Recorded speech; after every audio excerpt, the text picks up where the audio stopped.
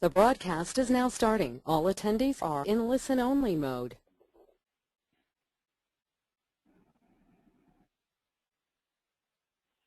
Good morning and welcome to the Mini Storage Messenger Self-Storage Online Training Series. I'm Poppy Behrens, publisher at Minico, and we're delighted to have you in the audience today.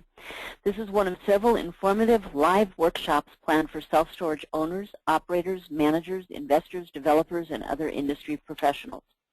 Today's workshop, Finding Your Customers, Collecting Your Money, and Conducting Better Auctions, is presented by self-storage industry expert Tom Litton. Tom heads Litton Property Management and the Self-Storage Management Division of Litton Management and Consulting, Inc. Tom has extensive experience in self-storage property development, ownership, and management, and is the author of 2 highly regarded books for the self-storage industry, Auditing Self-Storage and The Key to Success, both of which are available at ministoragemessenger.com. This year marks the 33rd anniversary of the Mini Storage Messenger, providing the self-storage industry with in-depth news and information. We also publish a variety of other self-storage publications and data sources, such as those that you see listed on your screen. For more information, please feel free to visit our website. During today's online training session, we invite you to submit questions. To do so, simply type your question in the question area and click Send. Depending on the question, Tom will answer it either privately or to the entire group.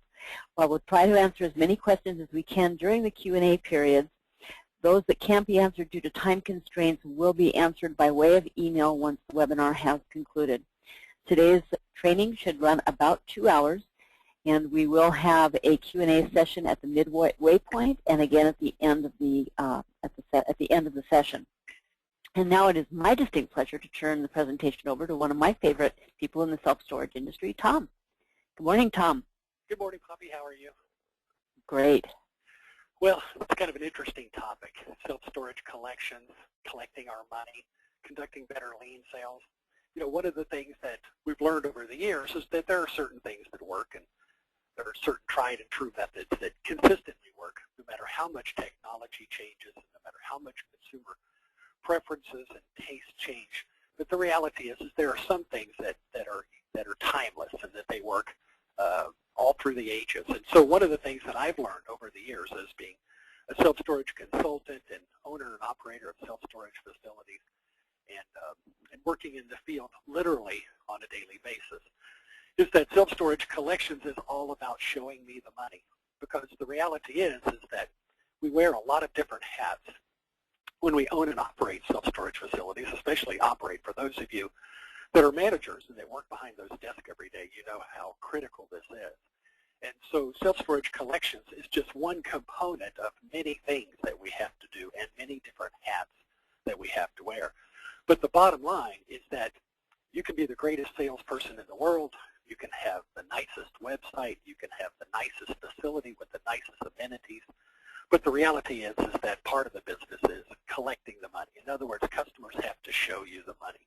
And so there are a lot of factors that play into effectively owning and operating and managing a self-storage facility on a daily basis.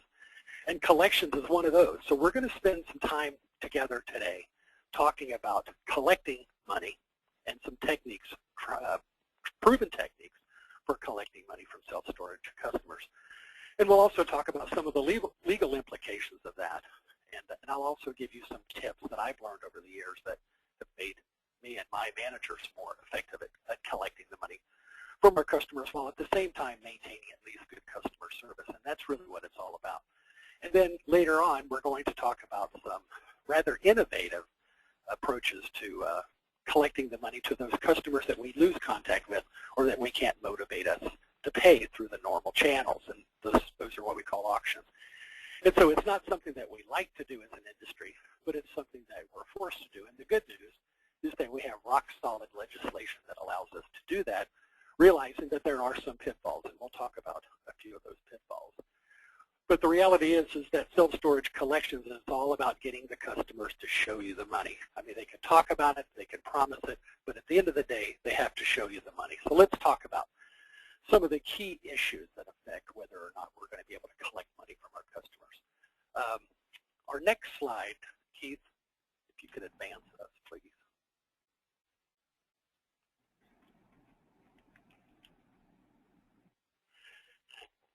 one of the most common questions that I get from managers and owners, by the way, is how do I know whether or not my managers are doing a good job in collecting the money in my facilities? And I get the same question from managers as well. And what we oftentimes hear, is, especially at conventions and meetings and webinars, we hear statistics thrown around. But in most cases, no one really qualifies what those statistics are. And so what I've compiled over a number of years, because I'm also a self-storage auditor, and I audit storage facilities every year. I've now audited about 450 self-storage facilities worldwide. And what that's done is that has given me an opportunity to develop some statistics and some norms so that we could calculate the statistics at any given storage facility and compare those to what I believe to be your industry norms. And what I've learned over the years is that there's really no one statistic that tells the complete story about delinquency rates. So what I've done is I've developed 3 key delinquency rates that I monitor at my own storage facilities. And I have developed statistical norms for my managers to follow. And then we'll talk just briefly about what a person can do or what a manager can do if you're not meeting these norms. Now, the most common statistic that you hear in the self-storage industry is a person will say that my delinquencies are 9% or 10% or 12% or whatever it happens to be. In most cases, that number is derived from the nomenclature that is used in the various software packages like Domico, Space Control, Centership, SiteLink, Web Self-Storage. And so what they have a tendency to do in the software is to calculate only unit delinquency. So in most cases, when you're talking to someone about their delinquency rate, they say, well, I'm at 7%. In most cases, they're referring to unit delinquency. What I suggest is that you take the time to look at your delinquencies from 3 different perspectives, and I'll show you how to calculate those 3 different delinquency rates, and we'll also talk about the norms. But delinquency rates should be monitored in 3 different ways. Number 1 is called lien delinquency. Lien delinquency is the number of tenants that are in lien or tenants that are more than 30 days old. And then those customers are divided by the total number of units rented at any given time and expressed as a percentage. Dollar delinquency is exactly what it says. Dollar delinquency is how many total dollars are delinquent at any given time, usually at the end of the month. And then there's a specific rate that we follow for that. And then unit delinquency, which is the delinquency rate that you hear the most about. That's the delinquency rate that you hear bandied about and that people oftentimes refer to because that's the one statistic that most of our software packages track pretty well. The reality is that all 3 statistics should be at or below industry standards at all times. So let's look at what those industry standards are. On the next slide, we've got, say we're a little bit slow here. There we go. Okay, lien delinquency. This one's kind of interesting. Lien delinquency is the total number of tenants over 30 days.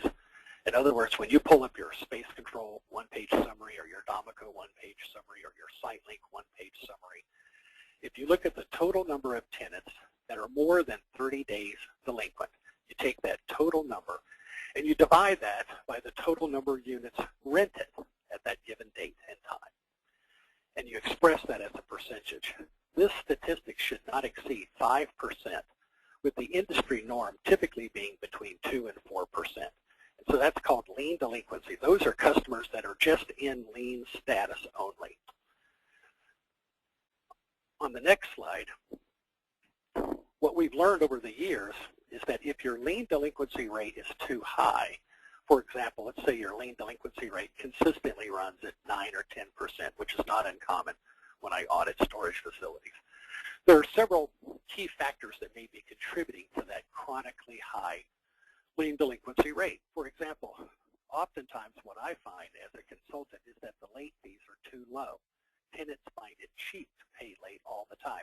As a matter of fact, I audited a company in Chicago one time, and they charged a $5 late fee.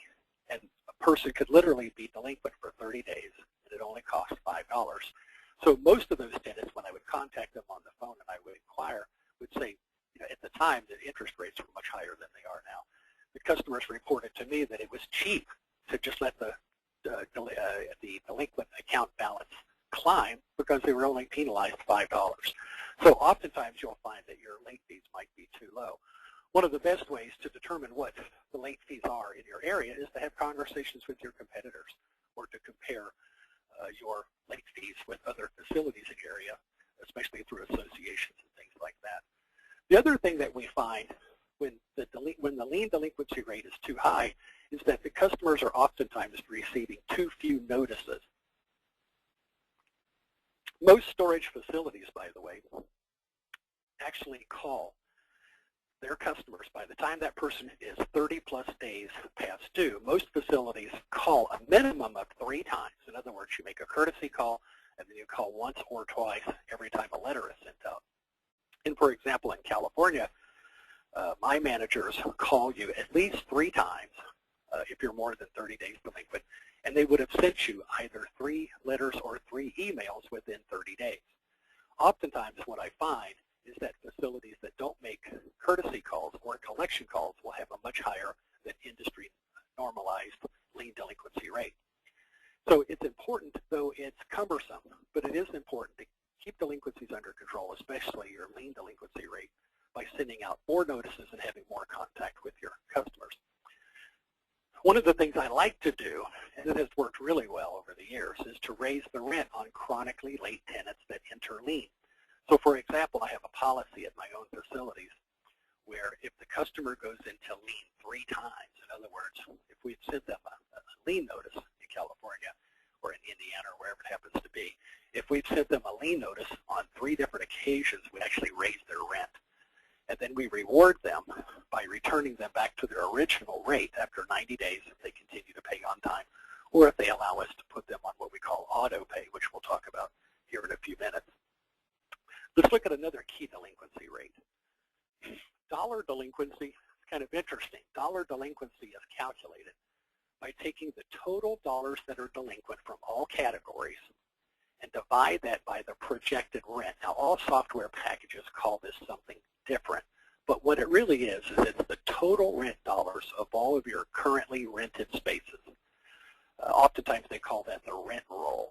So if you take your total dollar value on your rent roll with all of your discounts figured in, if you take the total dollars delinquent at the end of your accounting period, at the end of the month, for example, divide that by the projected rent or the rent roll, that statistic should not exceed 25% maximum, with the industry norm being somewhere between 15 and 20%. So in other words, these are customers that chronically pay late or they are in delinquent status. And over time, the longer they're delinquent, the more money that seems to pile up in this category. So in other words, like I said, that statistic should not exceed 25%. If managers are really diligently working, it's usually somewhere between the 15 to 20% range. Now, on the next slide, I'll show you some of the reasons why this is oftentimes too high. What I find in doing audits and consulting is that when I see the dollar delinquency rate high, I see the lien delinquency rate normal and the unit delinquency rate normal. More often than not, it's because the facility is not scheduling enough auctions. In other words, the indebtedness is piling too high before you actually process that person through our statutory system of selling their property off at a public sale. And so most storage facilities need to have at least 4 to 6 auctions per year, depending upon the size of the facility. And sometimes, depending upon the composition of the type of customers that you rent to.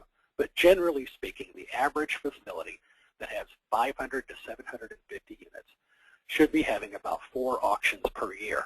If you are larger than that, if you're 751 to 1,000 units, for example, then you need to schedule auctions at least 6 times per year to keep your dollar delinquency rate under control.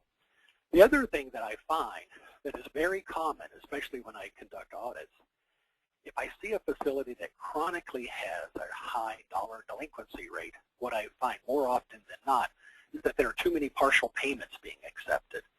So accepting partial payments only teaches tenants to be late, and it sort of enables their dysfunction. So you need to refrain from accepting partial payments on a routine basis. when I've actually did a study about 8 years ago where I took 25 facilities that accepted partial payments routinely and 25 facilities that only accepted partial payments in rare circumstances. And what I found is that in the 25 facilities that routinely accepted partial payments, all 3 of their delinquency statistics were higher than the industry norm. And what happens with partial payments is that customers are sort of rewarded for being dysfunctional and not keeping you paid on time. Because the reality is that in most cases, it's not about whether or not they have the money. It's about whether or not they've made you a priority on their list of bills to pay. The other thing that I've noticed is that oftentimes when I see an excessively high dollar delinquency rate, it tends to be in the 120-plus day category, and that's oftentimes because we will occasionally have bankruptcies at our facilities, and we will allow that debt to just sit there much longer than it needs to be. Most bankruptcies, by the way, do not extend beyond 6 months, and so it's incumbent upon you to keep track of the bankruptcy, and of course there are a number of ways of doing that. But more often than not, what I find is that I'll ask the manager, what's the story with this one particular unit? And they'll say, well, that unit's in bankruptcy, and then I'll notice that they haven't paid in 3 years, and yet we wonder why the dollar delinquency rate is so high. So once again, most bankruptcies don't exceed 6 months, so it's incumbent upon you to stay on top of that. And then once again, another common reason is that your late fees might be too low. In other words, it just doesn't cost the customer all that much to pay late and to have their their balances just sit there. They'll catch up when they can, if you will.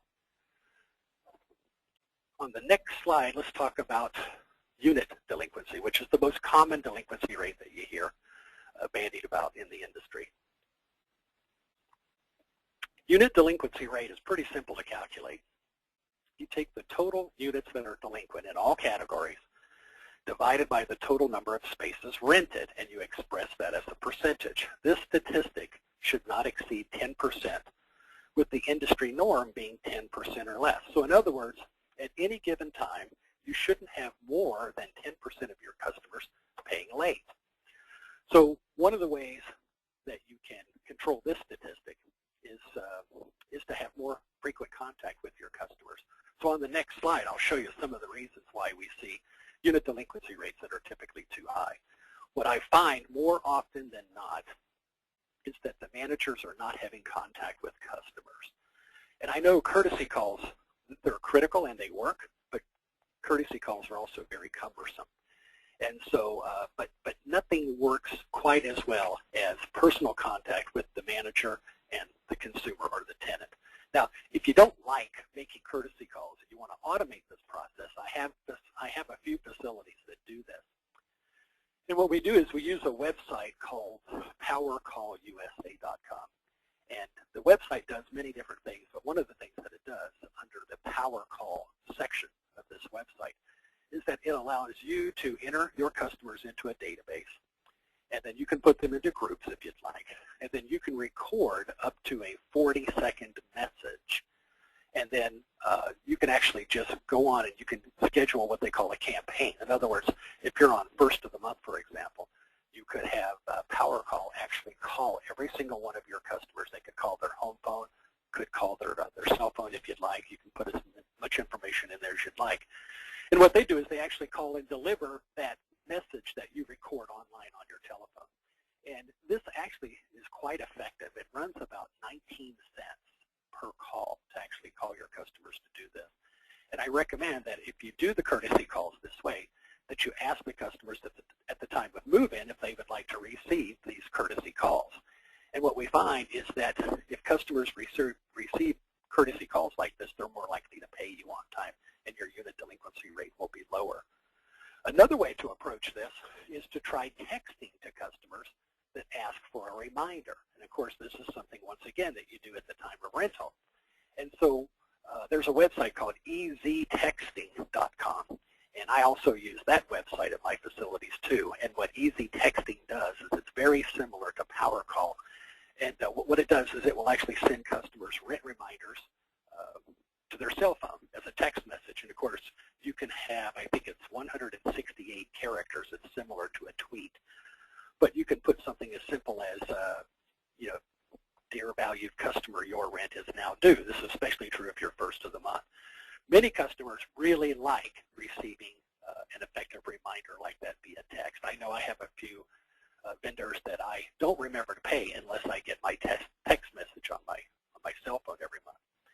The other thing that we see with unit delinquency rates that are too high, in other words, customers that are just chronically always paying late, is that once again the late fees may be too low. Now, you might want to consider billing your customers, because I did do a short survey once on how effective billing was, and what I found is that the 3 delinquency rates that we're talking about here were about 20% lower if you actually sent customers a bill, either by mail or by email. So the industry, when it first began, we got into the habit of not sending out bills in the old days when we had manual bookkeeping systems, because it was cumbersome in those days to send bills out. But considering modern day technology and computerization, it's very simple now to send out bills. Now, I actually send bills to all of my customers. I built that into my rent rates because I know how effective this is, sending customers bills. And then a significant customer, a number of customers now will allow us to send their bills to them email, which we do through the software. So it's very easy to do. But if you're not sending out bills or emails, you may find that your unit delinquency rate is just too high.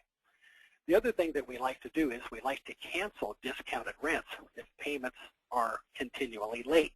This is a great tool. If you notice that customers are chronically late, but they pay maybe between your first notice and your first letter that's sent out, if they pay usually within the 30 days, but they're chronically paying late like that, then what you can do is you can cancel the discounts that they receive unless they pay their rent on time. This is a really effective tool.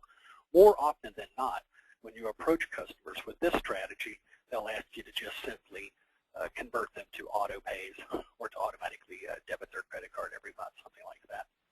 On the next slide, I want to talk about fee waves. This is kind of interesting, and as an auditor, I can tell you from many, many, many years of experience that the more fees you waive, the higher your delinquency rates will be in all 3 of these categories, by the way. So one of the things that you should do is you should monitor your fee waive ratio each month. Now, the question is how do you calculate that? Well, here's what you do. You take your total fees waived divided by the total fees collected in that particular month. So if you waived $100 in late fees and you collected $1,000 in late fees, then your statistic would be 10%. What I find is that facilities with high delinquency rates in all 3 categories also have a high level of fee waives. Facilities that don't waive very many late fees have typically low delinquency rates in all 3 of these categories. And what I've noticed over the years is that most managers waive too many late fees. And there are legitimate reasons why you would want to waive late fees with customers. There are legitimate reasons for doing so. But the reality is that we tend to waive too many. So if you measure this statistic, you'll have a tendency to keep this statistic under control. On the next slide, let's look at fee waives and partial payments. You know, the higher the fee waive ratio, the higher the delinquency rate at a storage facility. And then the higher the incidence of partial payments, the higher the delinquency rates at storage facilities. So fee waives and partial payments both teach customers that they can pay late. Fee waives and partial payments simply reward customers for bad paying habits, and then ultimately, at the end of the day, you hurt them. So on the next slide, let's talk about uncollected rent and fees. So obviously, what we want to do is to try to collect as much of this money as possible, not only rent, but also fees. So one of the things that you can do is you can just simply closely monitor your uncollected rent and uncollected fees each month and try to keep it to a minimum. I haven't been able to ever develop an industry norm because there are many reasons why uncollected rent and uncollected fees might be high. But what I find is that facilities that tend to keep their delinquencies under control, in other words, within those 3 parameters that we just talked about, will have minimal uncollected rent and uncollected fees. But there are occasions where the uncollected rents and uncollected fees could be high. For example, in a month where you have an auction and you post the payments that you receive from the auction, you're going to have a month where you're going to have some uncollected rent and uncollected fees. With some software packages, if the customer moves out into the second or third day of the tenancy, it doesn't allow you to prorate that person out. You simply have to vacate that customer since you didn't collect those 2 or 3 days worth of rent, and you have to write it off as uncollected rent and uncollected fees. But the best strategy is to keep uncollected rent and uncollected fees to a minimum. So let's look at the next slide. Collections is the ability to motivate, and this is key, it's the ability to motivate customers to pay their rent while maintaining a high degree of customer service and satisfaction. And if you can do both of those things, you're doing well. So in other words, motivate customers to pay while at the same time keeping the customer happy. So let's talk about some things that I've learned over the years. They're called the axioms regarding collections and self-storage. I will tell you this, most customers' goods are not sold. At the end of the day, when you think about all of the discussions that we have about customers that don't pay their rent, the reality is that most customers' goods are not sold. Most customers pay. It's a small group that we actually have to deal with. And delinquent customers are not bad people. They're people that may be in crisis. They're people that have developed bad habits. They're people that just procrastinate everything. But delinquent customers are not bad people. Virtually every customer has been or will be late at some time during their tenancy with you. So for example, if you were to pull up a sample of customers from your facility for 2011, pull 100 customers, look at their ledgers, you're going to find that less than 5% of those customers always paid on time and never failed to pay you on time. In other words, 95% of your customers will occasionally, and maybe just once, pay you late. So if you view customers that pay late as being bad people, you'll view all of your customers as being bad people, and that's not what we want. What I've learned over the years is that managers tend to take collections personally, and that's one thing you need to refrain from. But it's easy to do. I've stood behind the counter and I've had people say to my face, I promise I will be in on Saturday and I will pay you in full. And then you don't see them on Saturday, you don't see them on Sunday, you call them on Monday, they don't answer your calls, they try to sneak into the facility by tailgating someone else in. I know how easy it is to take collections personally. The other thing that I've learned is that there is an inherent delinquency rate at every storage facility. So facilities that are in economically challenged neighborhoods will have higher delinquency rates, and as a result, you'll have to invest more time and effort in keeping customers current. And that's just part of the business. On the next slide, once again, don't take collections personally. These are the golden rules of debt collections, especially for this business. Don't take collections personally, but you have to be persistent. Relentless persistence is the path to low delinquencies. And that's just part of the business. You can never let up. You can never let up. Over the years, the running joke between myself and my managers is that we will finally get rid of those 2 or 3 deadbeats that have been plaguing us for a number of years. And they either move out or we finally sell them at an auction, and then we sort of wipe the sweat off our brow and we say, wow, isn't that great? We finally got so-and-so out of here. Only to have those 3 people replaced by new people that were just as bad as the previous people were. So you have to be persistent in self-storage collections. You can never let up. You should be polite but firm.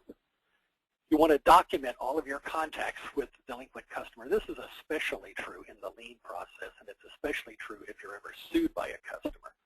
So what we find more often than not when I act as an expert witness is that we don't really have a good trail to follow in terms of the phone conversations and things that you had with customers over time, because too many managers are not good at documenting in the note taker in your software all of those conversations that you have with those people that say they're going to come in and pay and then they don't. So I sort of implore you to develop new habits and try to document your contacts with customers better, because it really will help you in the event that you're sued someday. You have to stay on top of collections. You can never let up. So you have to learn to let go of some of that.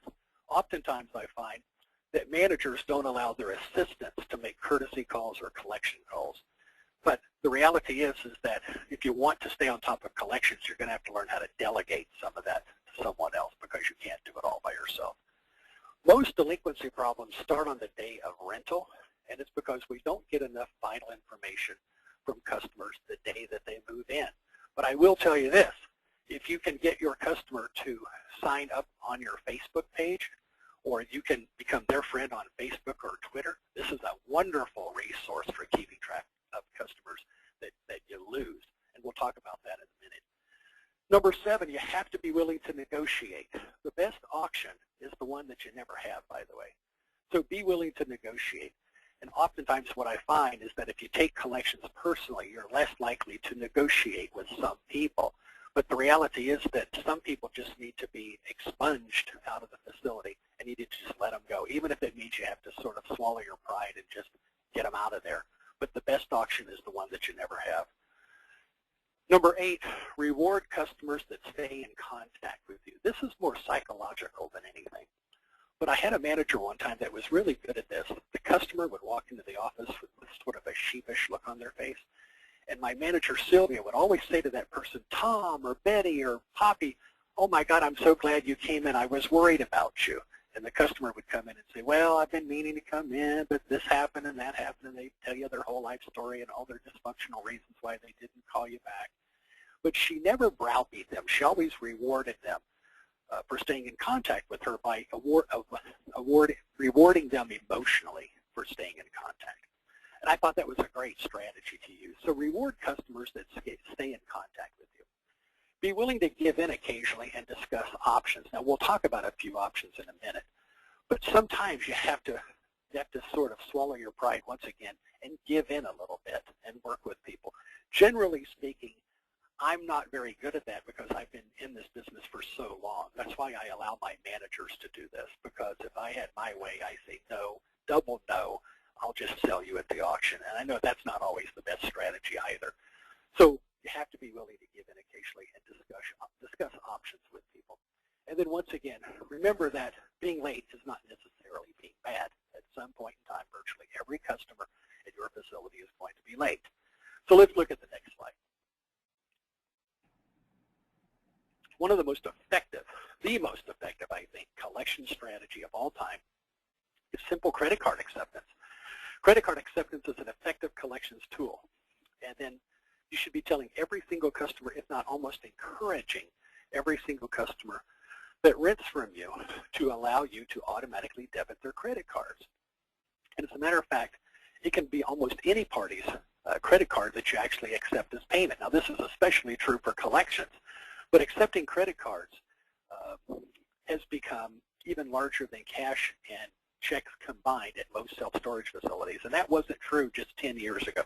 10 years ago, as an auditor, I would see maybe 80% of the customers pay with checks, maybe 5% with credit cards, and maybe 15% in cash. Nowadays, it's close to half of your customers pay with credit cards.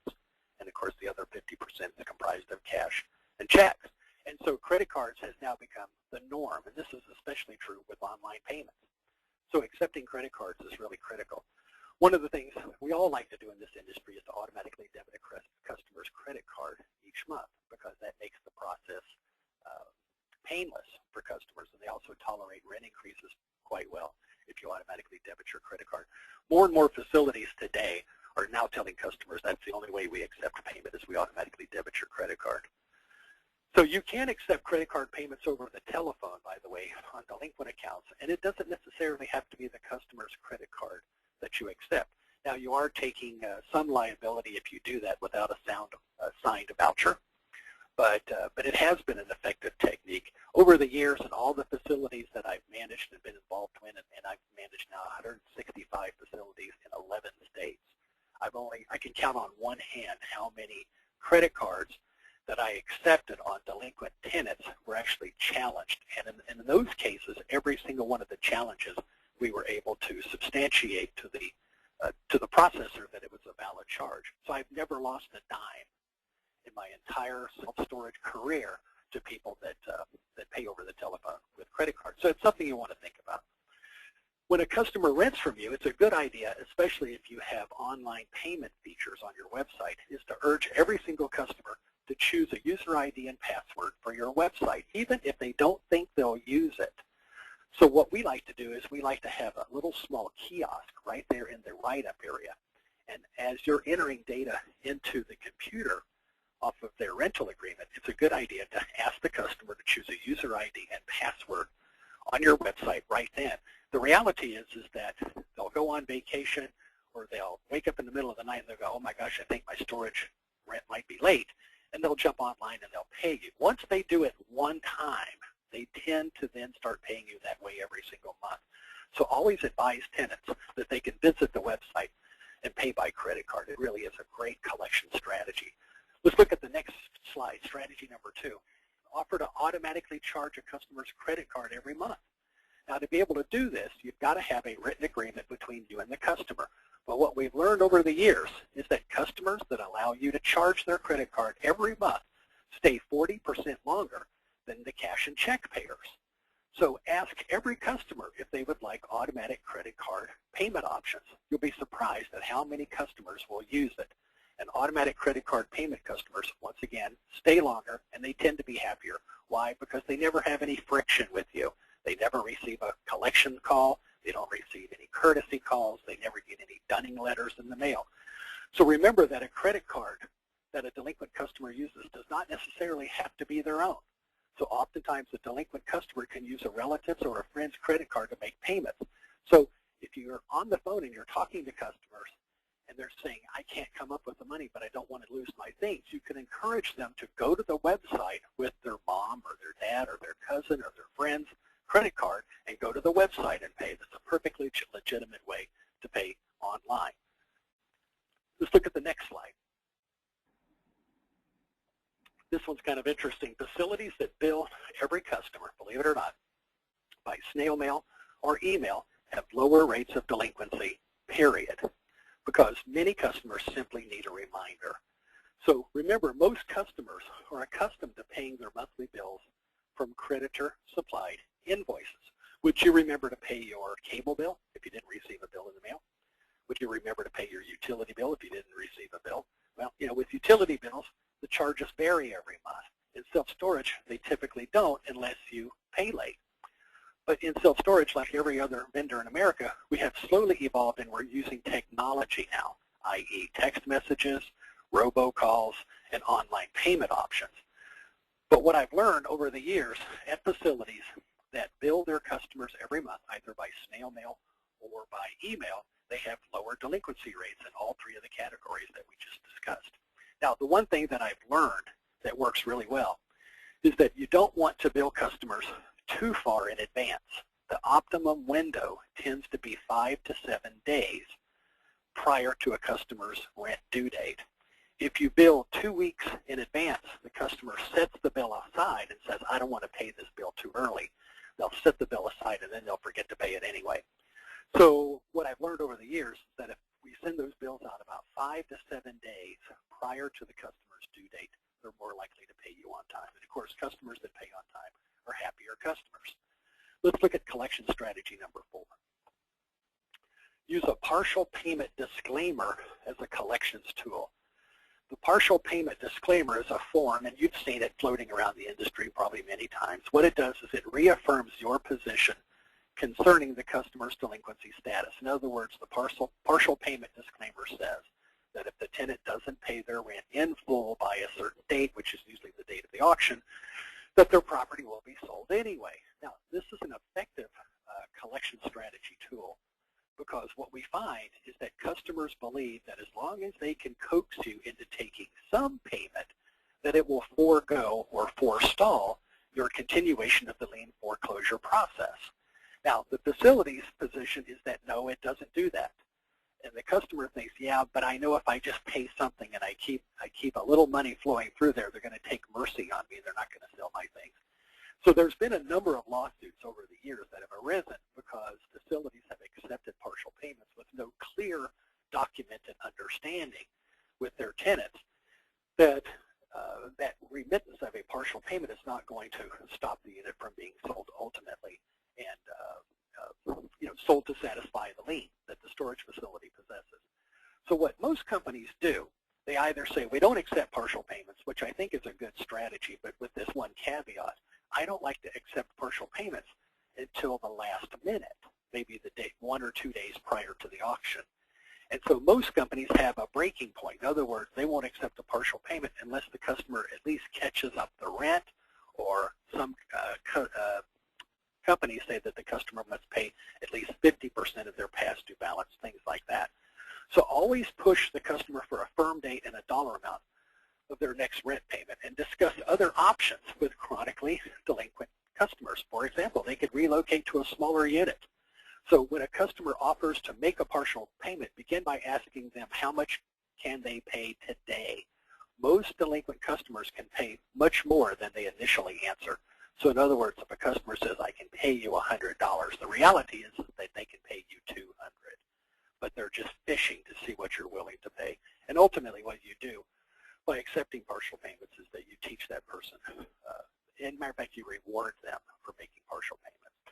Let's look at collection strategy number 5. Offer to accept less than what is owed in exchange for the customer's vacancy of the space. Now, I know you all know this, but let me tell you some of the problems with this.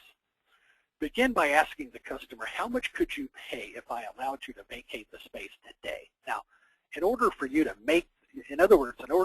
ask that question, you need to know the answer in advance. What's the answer? The answer is what is the value of their stuff? Now, we've all looked at storage spaces before, and we've said to ourselves, my gosh, I'll be lucky if that unit sells for $5 at the auction. That's a good piece of information to have, because if the customer says, well, I could pay you $200, take it. In other words, let the customer pay less than what they owe and move out.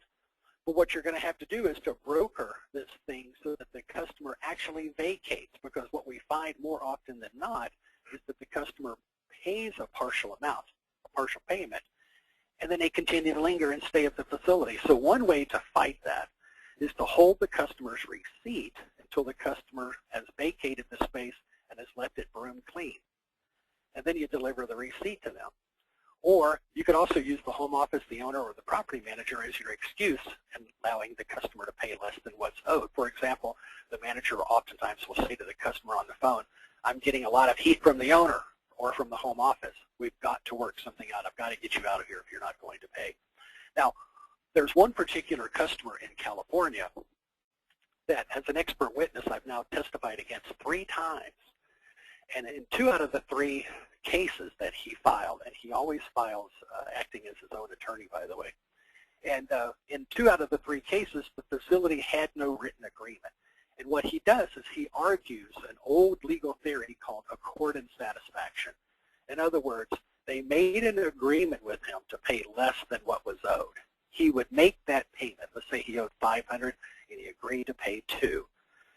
What he would do is he would pay the $200 and he would continue to stay there.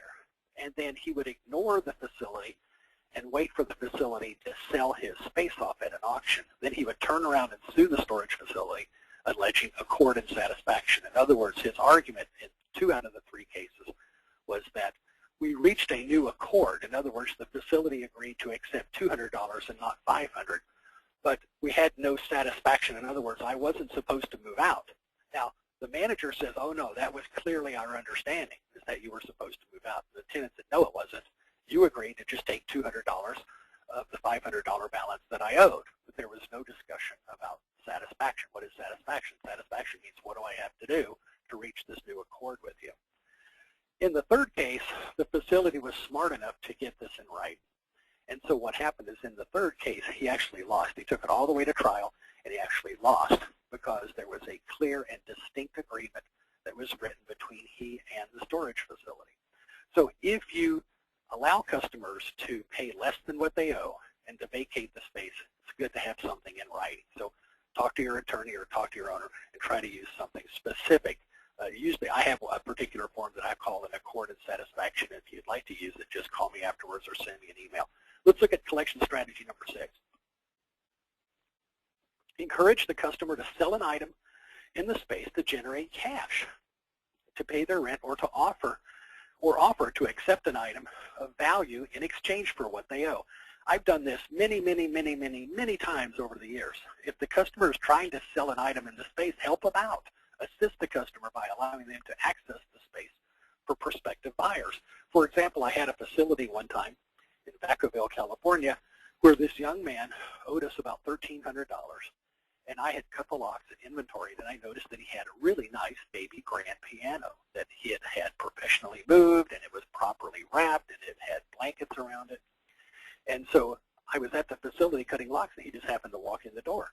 And so he came in, he says, man, I don't know if I'm going to be able to come up with the $1,300 that I owe you guys, but I sure don't want to see my unit sold.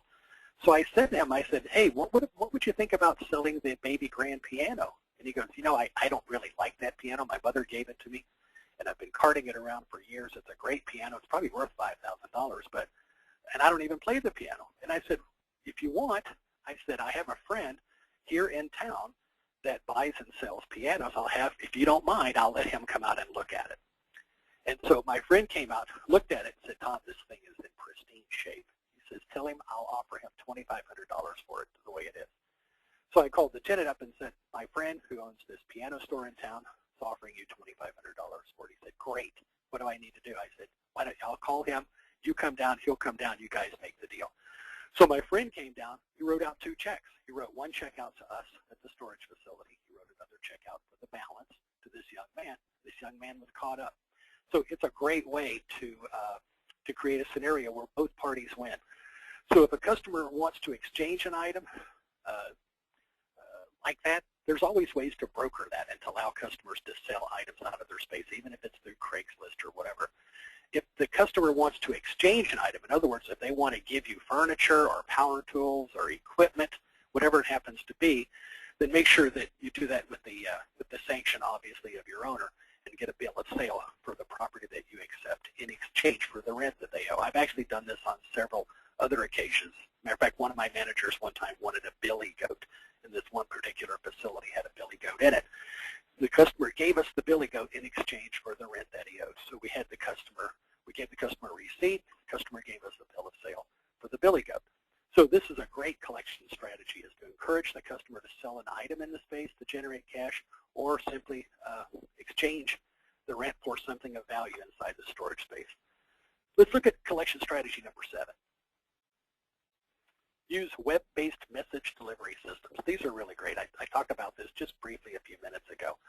But web-based message delivery systems allow you to have pre-recorded messages. For example, with PowerCall, which is the company that I use. And there are lots of companies on the internet that do this. But with PowerCall, for example, I can create as many pre-recorded messages as I want, and then I can play those to any group of individuals that I put in my database. And it's only it's 19 cents per call. So web-based message delivery systems are really good because you can schedule those reminders, past due reminders, reminders of upcoming auctions, reminders of holiday announcements or gate closures, or if you're going to be repaving the parking lot. Those are all things that you can use this system for, and it works really well. As a matter of fact, you can even schedule them in advance automatically. And then, of course, if a customer moves out, then you would just simply delete them out of your database and be done with it. So it's a great way to communicate, because the more you communicate with your customers, the more likely you are to be paid on time. Let's look at collection strategy number 8. Use a release of owner's interest in personal property form for those customers that say to you, I don't want the contents of that unit anymore, you can have it. Now, in most cases, they're really giving you a pile of junk. But the advantage to getting those customers to release their interest in that property and to give it to the facility is that you don't have to waste valuable time and resources making phone calls, putting ads in the newspaper, and then offering that to your buying audience at the next auction. So it's a good idea to use a release of owner's interest in personal property form, which I can supply you with that. If you want to send me your email or call me, I'll be happy to share the one that I use. But we use this oftentimes when we have customers that we call and we've inventoried their units and we realize it's just a pile of junk. And the customer realizes it's a pile of junk, and they're in Michigan and they're not about to drive all the way back to California to pay this bill, or to much less retake possession of this property. So what we do is we encourage them to sign it over to us so that we can get rid of it in any way we see fit. Now, it's always good to document this. I don't allow customers to remove anything other than personal items from this space. Make sure that the person that signs the release is also your tenant who signed the rental agreement. And then it's not a bad idea to take a picture of the unit and throw that in your file. Let's look at collection strategy number 9.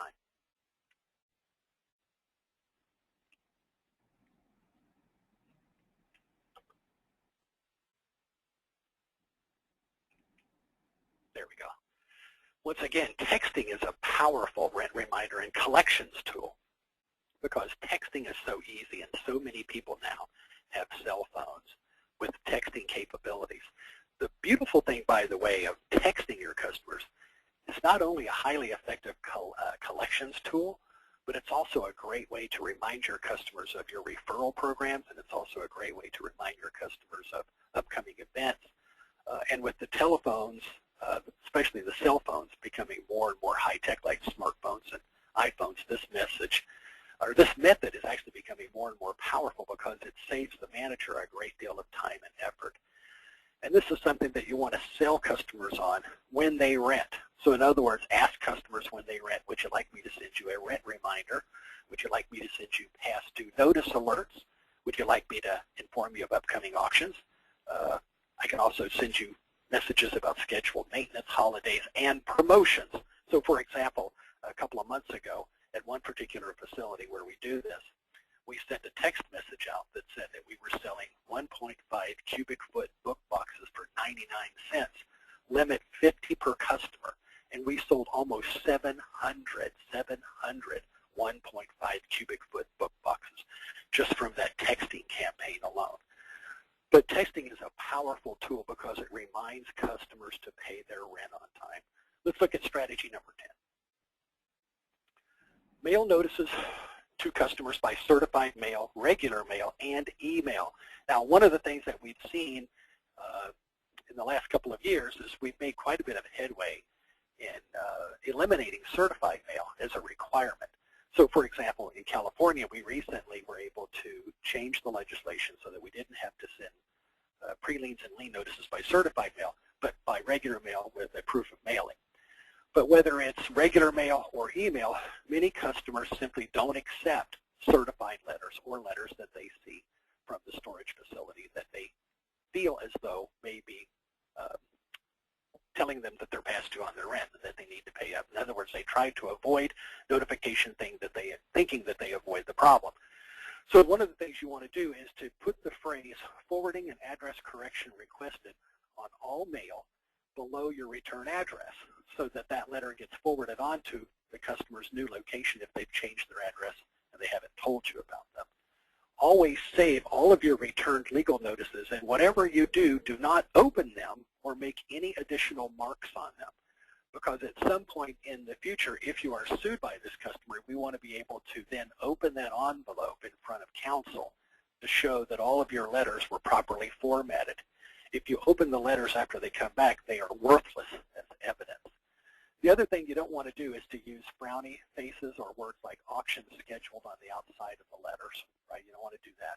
But you want to print copies of any and all email correspondence that you have with customers, especially email. You know, for many years we've been sending out notices by regular mail, and that seems to be pretty obvious that you want to keep a copy of the letters that you send out. But it's also important to either archive and save all of your emails, as a matter of fact, it's required by law, or to make a copy of those emails that you send out and to also throw those into the customer's file. Now, what works really well as a collection strategy, probably better than anything today, are email.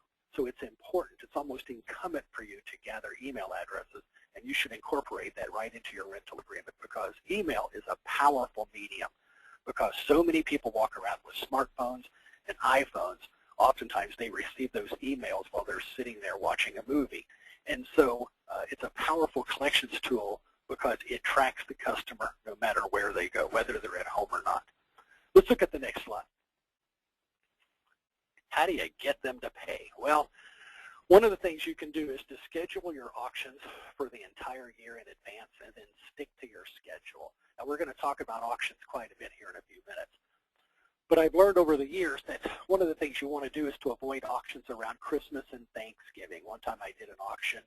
I wanted to clean everything up at this one particular facility just before Christmas.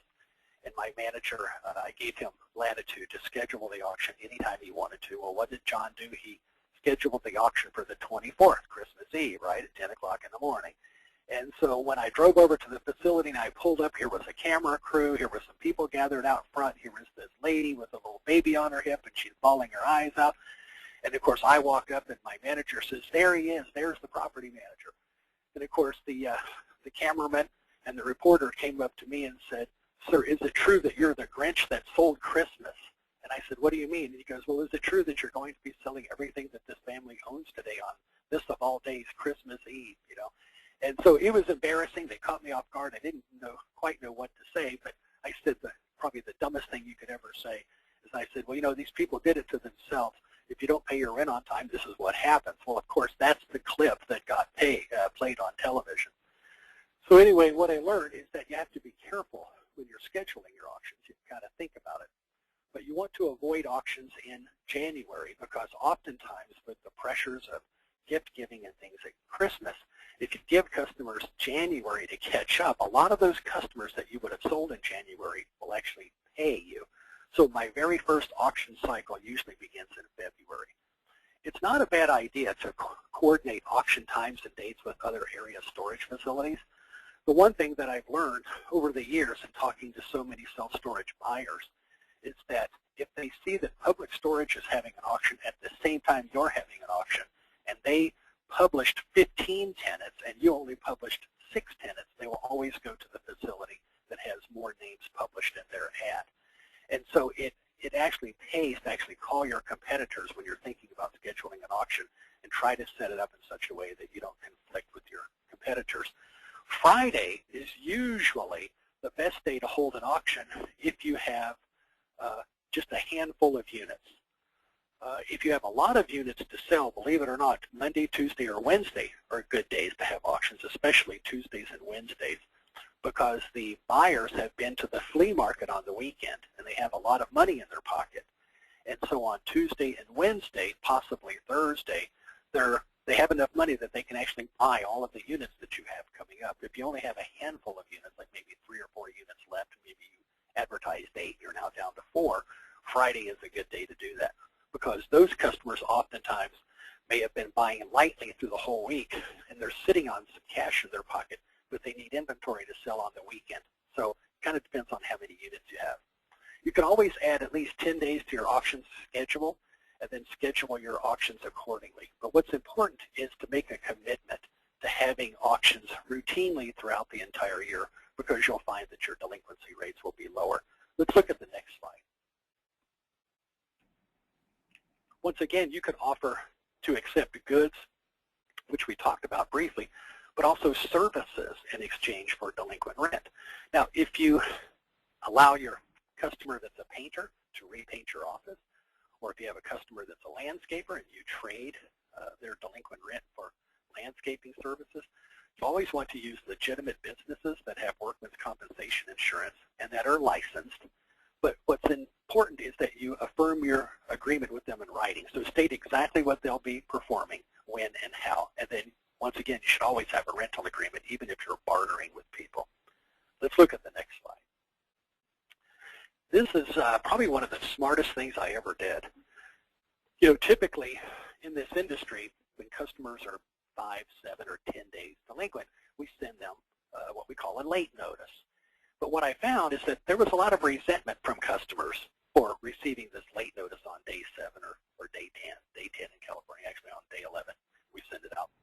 And but customers resented receiving the late notice because the late notice basically said, "Hey, idiot, you didn't pay your rent on time, so not only do you owe us $80 in rent, but now you owe us $10 or $15 or $20 in fees." So what I did is I backed that up about 4 days, 3 to 4 days. And instead, what I do is I send out a warning notice. And the warning notice says that their rent will become due in 3 days or 4 days or whatever the math is, right? Their rent will become due in 3 more days or 4 more days. And in order to avoid late fees, we suggest that you visit our website, make an online payment, or visit our office as soon as possible and pay your rent to avoid these costly fees. And so what we do is we send those out as a courtesy letter rather than a late notice. And most customers that receive that letter immediately go to your website and pay, or they sit down and immediately fire off a check or call you on the phone and they tell you to just debit the credit card using the same number that they may have used in previous payments. So this is a great way to get customers to pay on time, but without dinging your customer, if you will, for not remembering to pay, is to turn what used to be your late notice into what we now call the warning notice or the courtesy notice. because warning letters reduce friction and the propensity for the customers to not only be late, but the more friction you have with your customers, the more likely they are to reevaluate their decision and move out. So let's look at the next slide. Mail a copy of your auction notice published in the newspaper, if you still have to do that. In California, for example, we do, because seeing your name in print can have quite the sobering effect on some customers. So what I like to do, and my managers do this very well, is that they clip out the ad in the newspaper, and they highlight the person's name with a yellow pen. They put that into an envelope without a return address on it, and then they send that to the customer. And it can be quite sobering for that customer to open that mail and to see that their name has actually appeared in the newspaper. So it's a great way to motivate customers. It's amazing how many customers actually respond to this. Let's look at the next slide. This can be highly effective if you're auctioneer, if you use an auctioneer. It's willing to do this. Ask your auctioneer to call delinquent tenants and tell them that he or she has been retained to sell the contents of their unit on, for example, June the 29th at 10 o'clock. I'm doing an auction on Friday of this week. And so tomorrow I will actually be calling 11 people that we're going to be selling. And this is exactly what I will say to them. I'll say, hi, my name is Tom Litt with Storage Auction Pros. I've been retained by blah, blah, blah, self-storage to sell the contents of your unit on June the 29th at 10 o'clock. Please get in contact with the storage facility as soon as possible. Their phone number is, right? And so if you can talk your auctioneer into doing that, the customer hears a different voice. They hear the authority in that person's voice, and it will highly motivate them to pay. So Storage Wars has done something really interesting for us. It's made tenants aware of the consequences of non-payment. And so the auctioneer should encourage the tenant to contact the facility, not the auctioneer, obviously, to contact the facility immediately. And if your auctioneer conducts inventories for you, a call from the auctioneer really has a sobering effect on non-paying tenants. In other words, the auctioneer could actually call the customer and say, my name is Tom with Storage Auction Pros. I've been retained by XYZ Self-Storage. I inventoried your unit today. It's ready to go. We don't want to sell your unit if at all possible. Please contact the storage facility at, you should give the phone number. It's amazing how well this works. Let's look at the next slide. There's a lot of free information on the internet. And though you're not required to track customers down like a junkyard dog, it does pay to track customers down to see if you can motivate them to pay. And so it's unbelievable how much information that's floating around on the internet about all of us. As a matter of fact, I sat down just last night when I was playing with this once again to see what has changed, and it's amazing. Social media has provided a foolproof way to keep track of your tenants. That's why you should take the time to set up a Facebook account for your storage facility, and you should use Facebook and LinkedIn and Twitter, because once customers connect with you, you know exactly where they are at any given time. So for example, one of the things I like to do if a customer has disappeared and we're worried that we haven't heard anything from them is that we Google their name. You can also simply Google their phone number. It's amazing what you can learn just by Googling a landline number or a cell phone number. So for example, one of the things I like to do is if it's a customer with an unusual name, I can actually set up a Google alert. If you go to Google's website, you can type in Google Alerts, and it'll show you how to do this. And what it does is it sets up an alert on a person's name, and it'll send you an email telling you this person's name or this particular topic popped up today on the internet. And so it's a great way of keeping track of some people.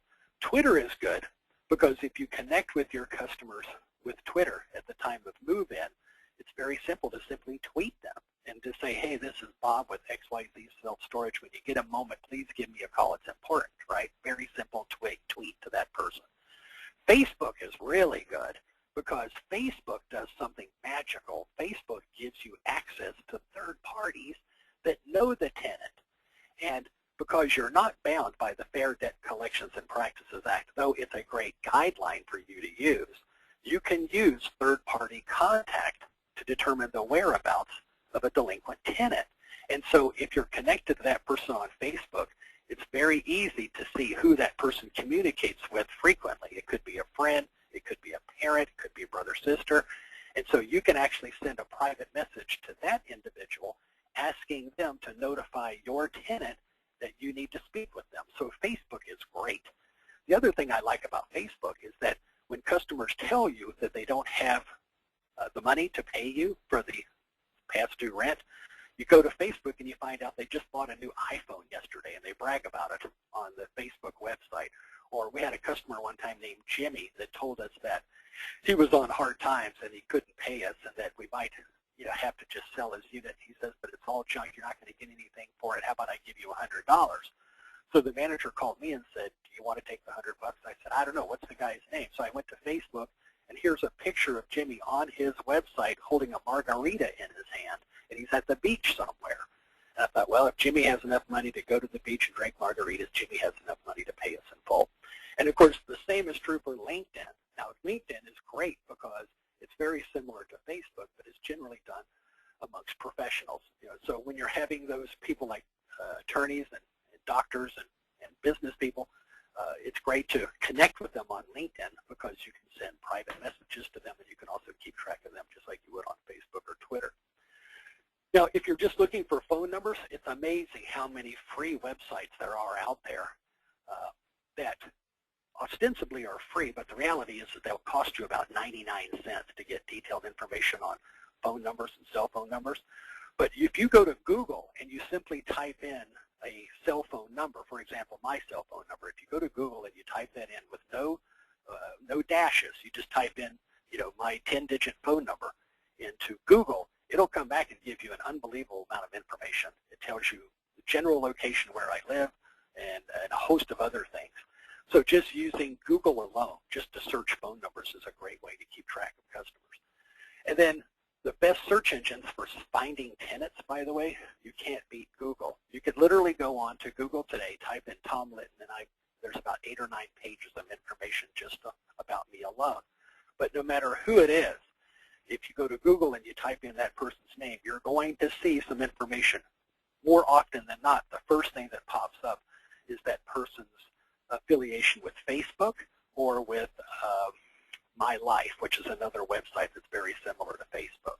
And of course, then you can connect on that and look at the picture and see if that's actually your customer.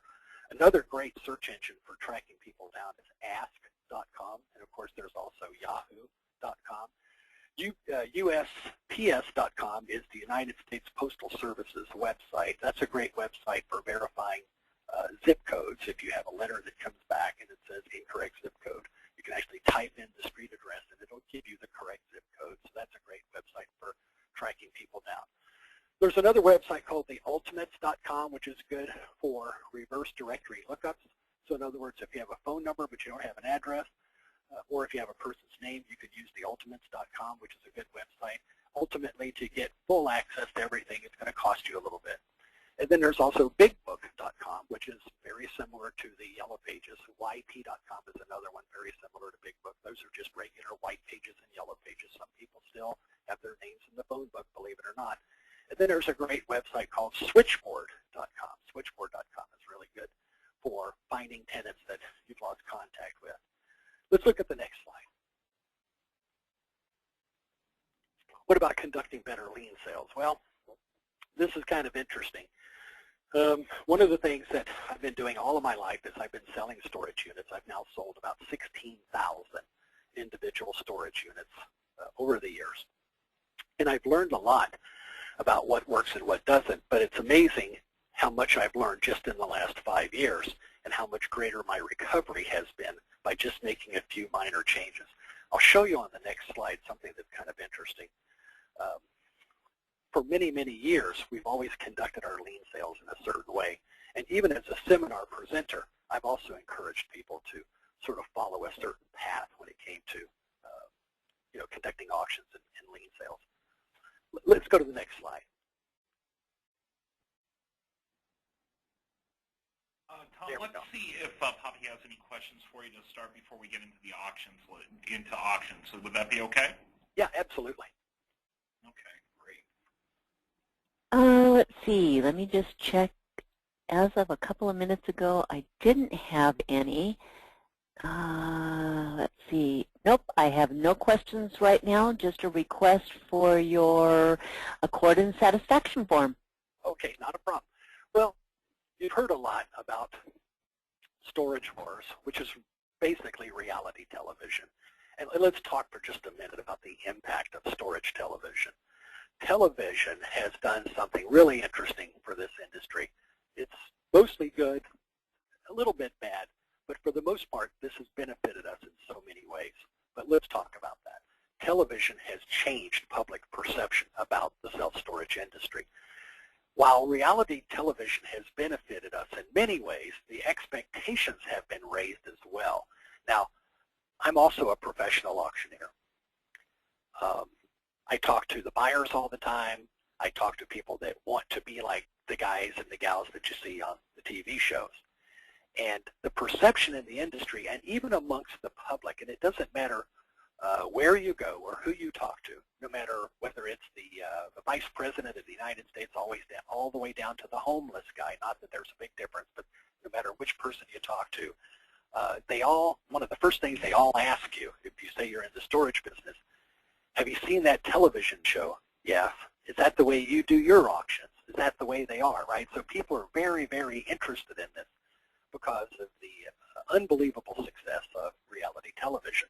So here's what's happened to our industry. The public now understands what happens when consumers don't pay their rent on time, which is a great thing, by the way, because one of the problems we always fought, we meaning myself and the attorneys and me acting as an expert witness, one of the things that we always fought is that customers were always taken aback when they found out that the storage facility could sell everything that they owned, and even though I only owed them a couple $100 in past due rent, well, now the public fully understands what happens when consumers don't pay their rent on time.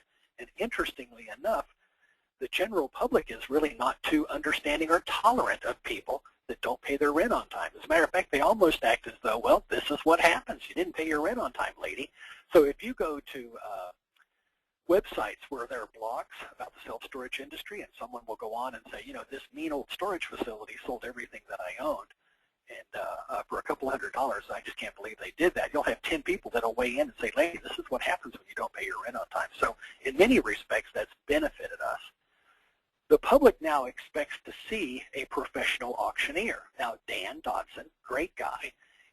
He provides some theater, but he is your average auctioneer. You know, he's not overly theatrical, but he's not overly quiet about it either. I mean, he conducts his auctions just like I conduct mine, and most other auctioneers that sort of specialize in self-storage. We all kind of follow the same basic format. But what's interesting now is that the public expects to see a professional auctioneer like Dan at the storage facility conducting the auctions. Now, we'll talk about that more in a minute. The public believes that storage units are filled with a treasure trove of valuable items. I can't say that I necessarily disagree with them, albeit I will say that over the years, I firmly believe that practically every space that I ever sold was just filled with junk. I thoroughly believe that. But in the last few years, I know that the composition of the things that people store hasn't changed. But because I've changed my selling techniques a little bit, I've discovered that many of those spaces, while on the surface are filled with junk, conversely, many of those spaces actually have some pretty good things in them. And so the buyers now, they're much more likely to walk up to me and say, Tom, you wouldn't believe what I found in that space that I bought from you on March the 3rd at XYZ Self-Storage, right? Because now there's a certain bragging rights that you have because of the popularity of the shows. Let's look on the next slide. The public now sees self-storage as being riskier than before. That's the downside that I see, is that oftentimes customers say to themselves, wow, if I put my things in storage and I don't pay my rent, you know, they could sell my stuff. And of course, that's been glamorized by the shows.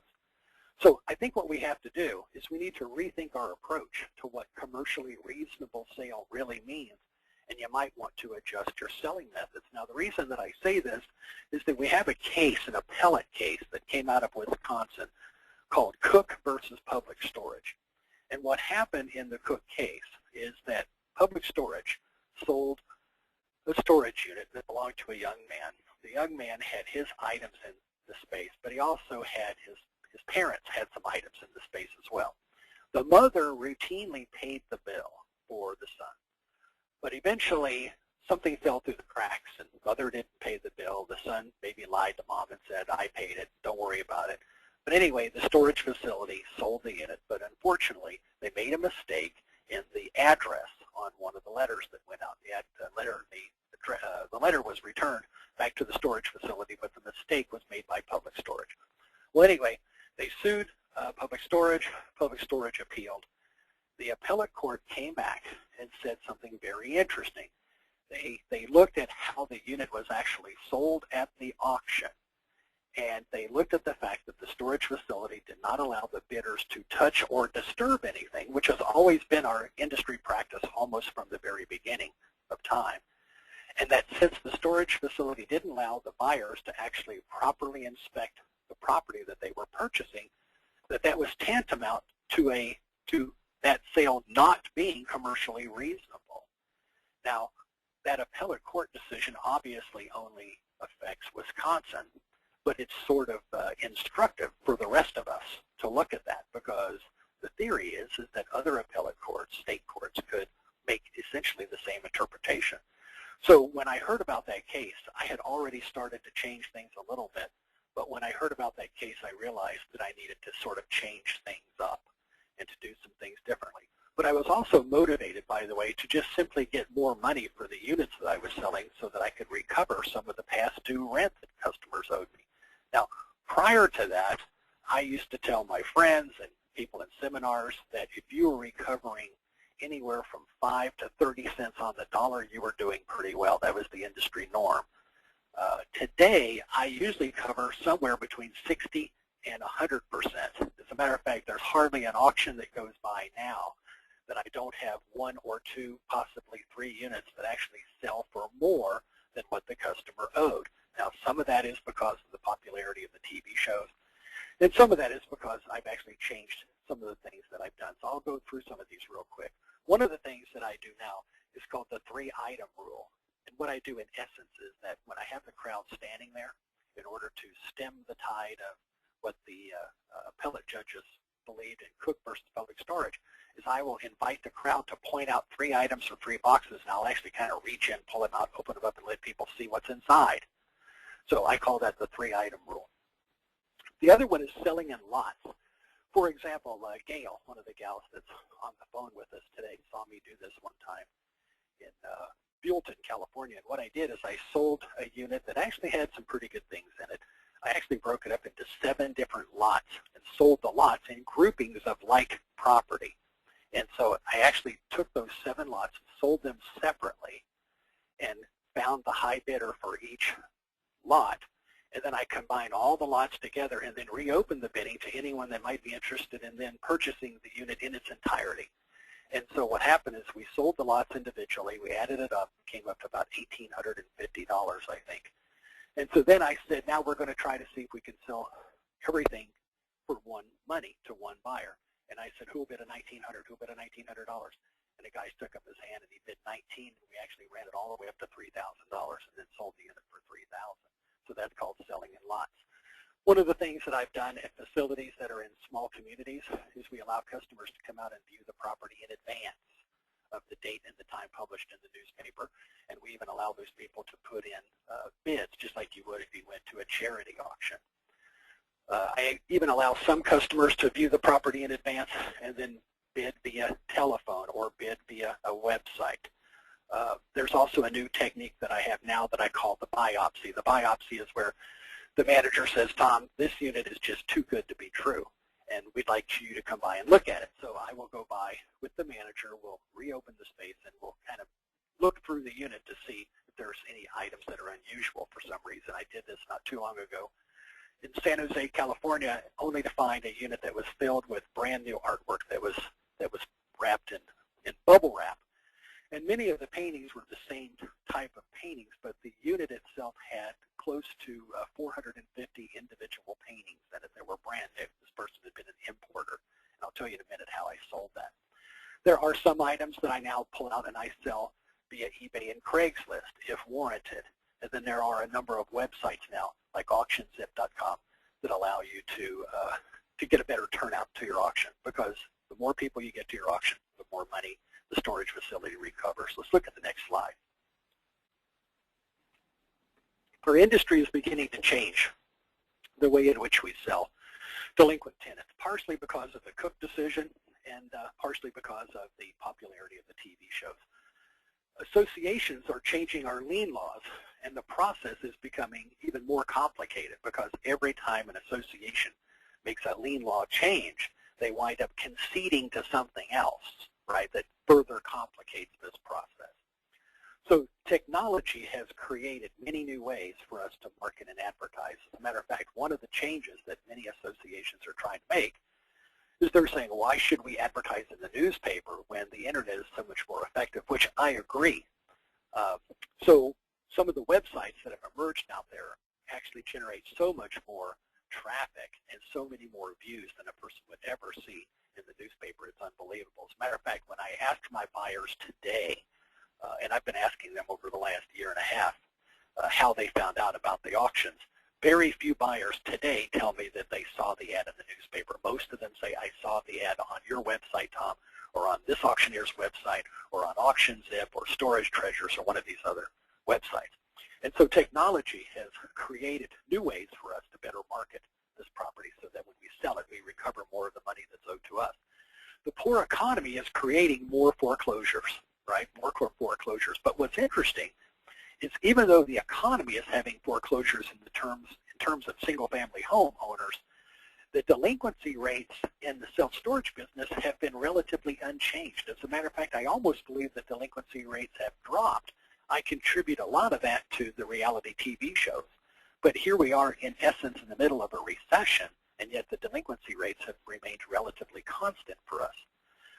The nature of the property being stored is changing. I will admit that, because customers today are storing better items than they were just 5 years ago. And I think it's because of the mobile nature of people getting out of homes because they're losing them in foreclosure, and they're putting more valuables into the storage units, and then oftentimes becoming financially strapped and not even being able to pay storage rent.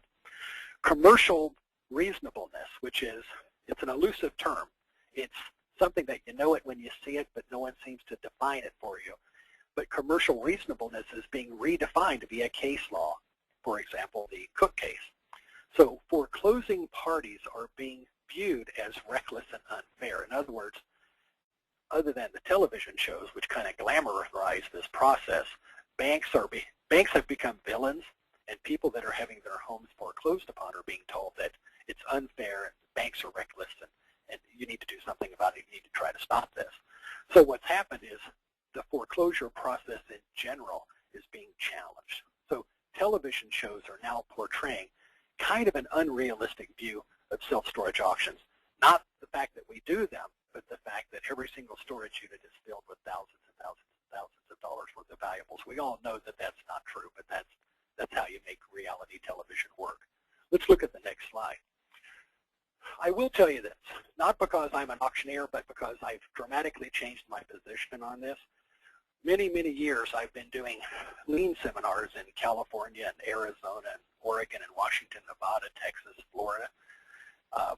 And I've always encouraged, in the old days, I encouraged facilities to do their own auctions because A, there weren't very many auctioneers out there, and B, it was already a losing proposition, right? We were lucky to get our 5 to 30 cents on the dollar, so why spend any more than you have to? But I've changed my position on this because I've now discovered that auctioneers tend to sell spaces for more than managers do acting as auctioneers, not because the managers are not talented, but because the managers are suspect.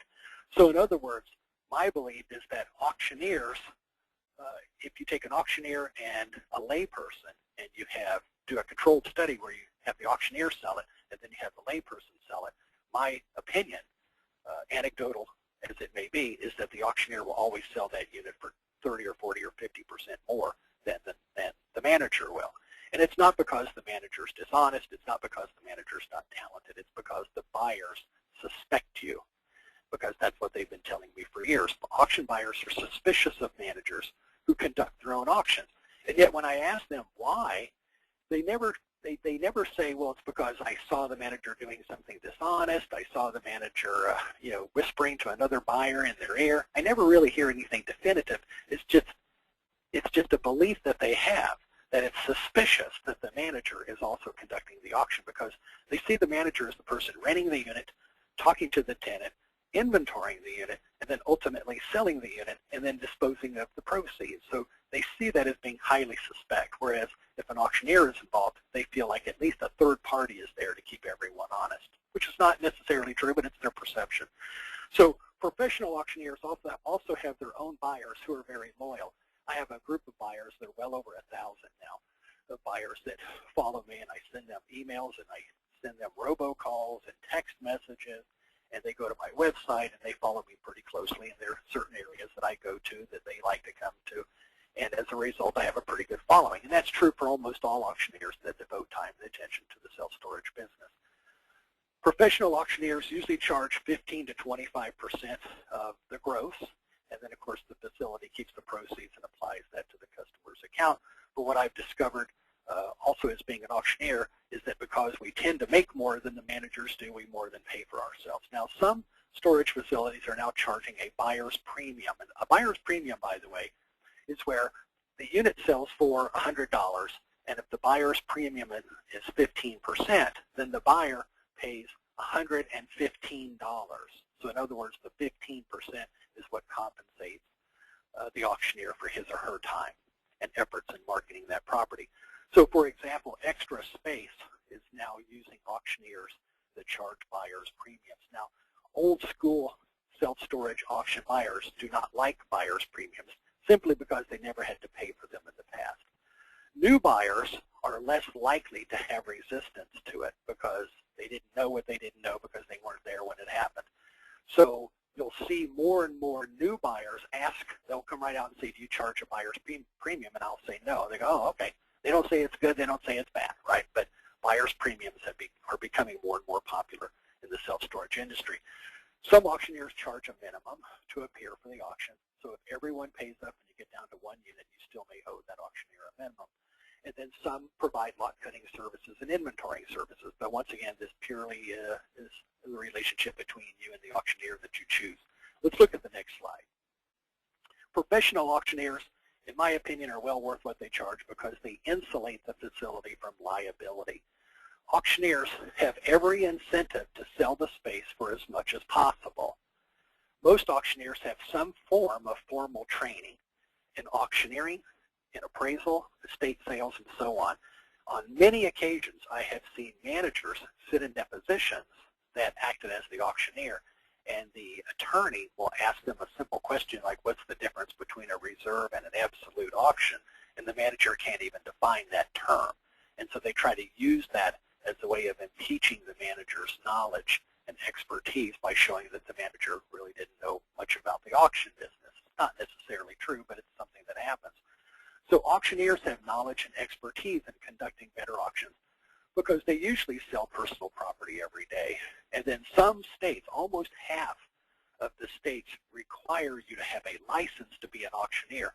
And of those roughly 27 states that have licensing requirements, 9 of those 27 states have an exception for self-storage. So in other words, you wouldn't have to have an auctioneer's license in those states if it's a forced sale, which is what we typically do in the storage business.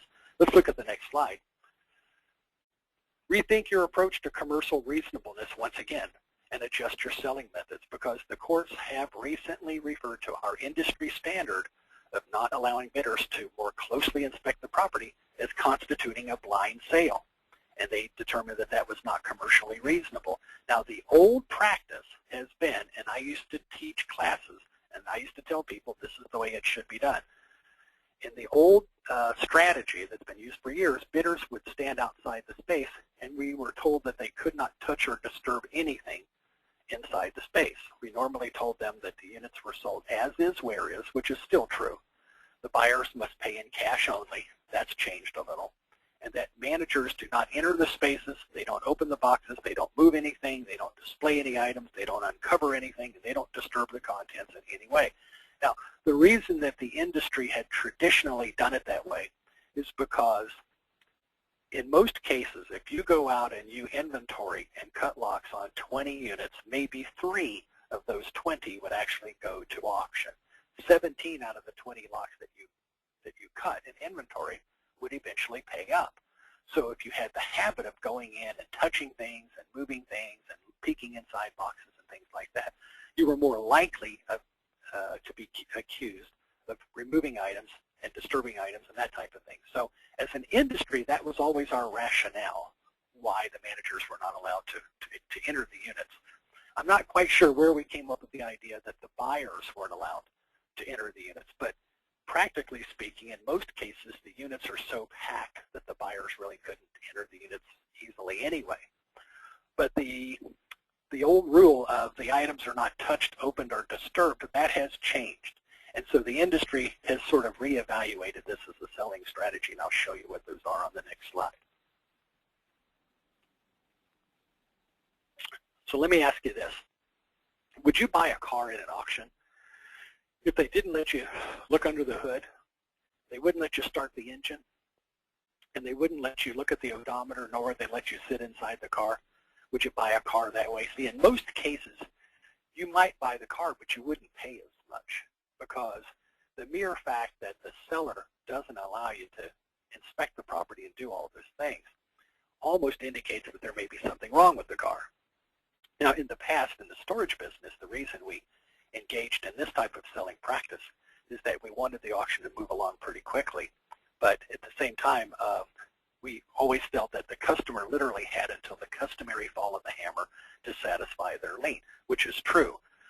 The reality is that that may have been unfair for tenants, because when you look at all of the units that you sell every year, how many customers literally show up, as the auctioneer is saying going once, going twice, and then someone says, wait, hold on, don't sell it yet, right? Now that does happen occasionally, but the process of not allowing the buyers to more closely inspect the property really didn't have a good foundation in logic, because most of the time you have 20 or 30 witnesses standing there that would testify that nothing was removed from the space. It just simply moved out of the way so people could see it better.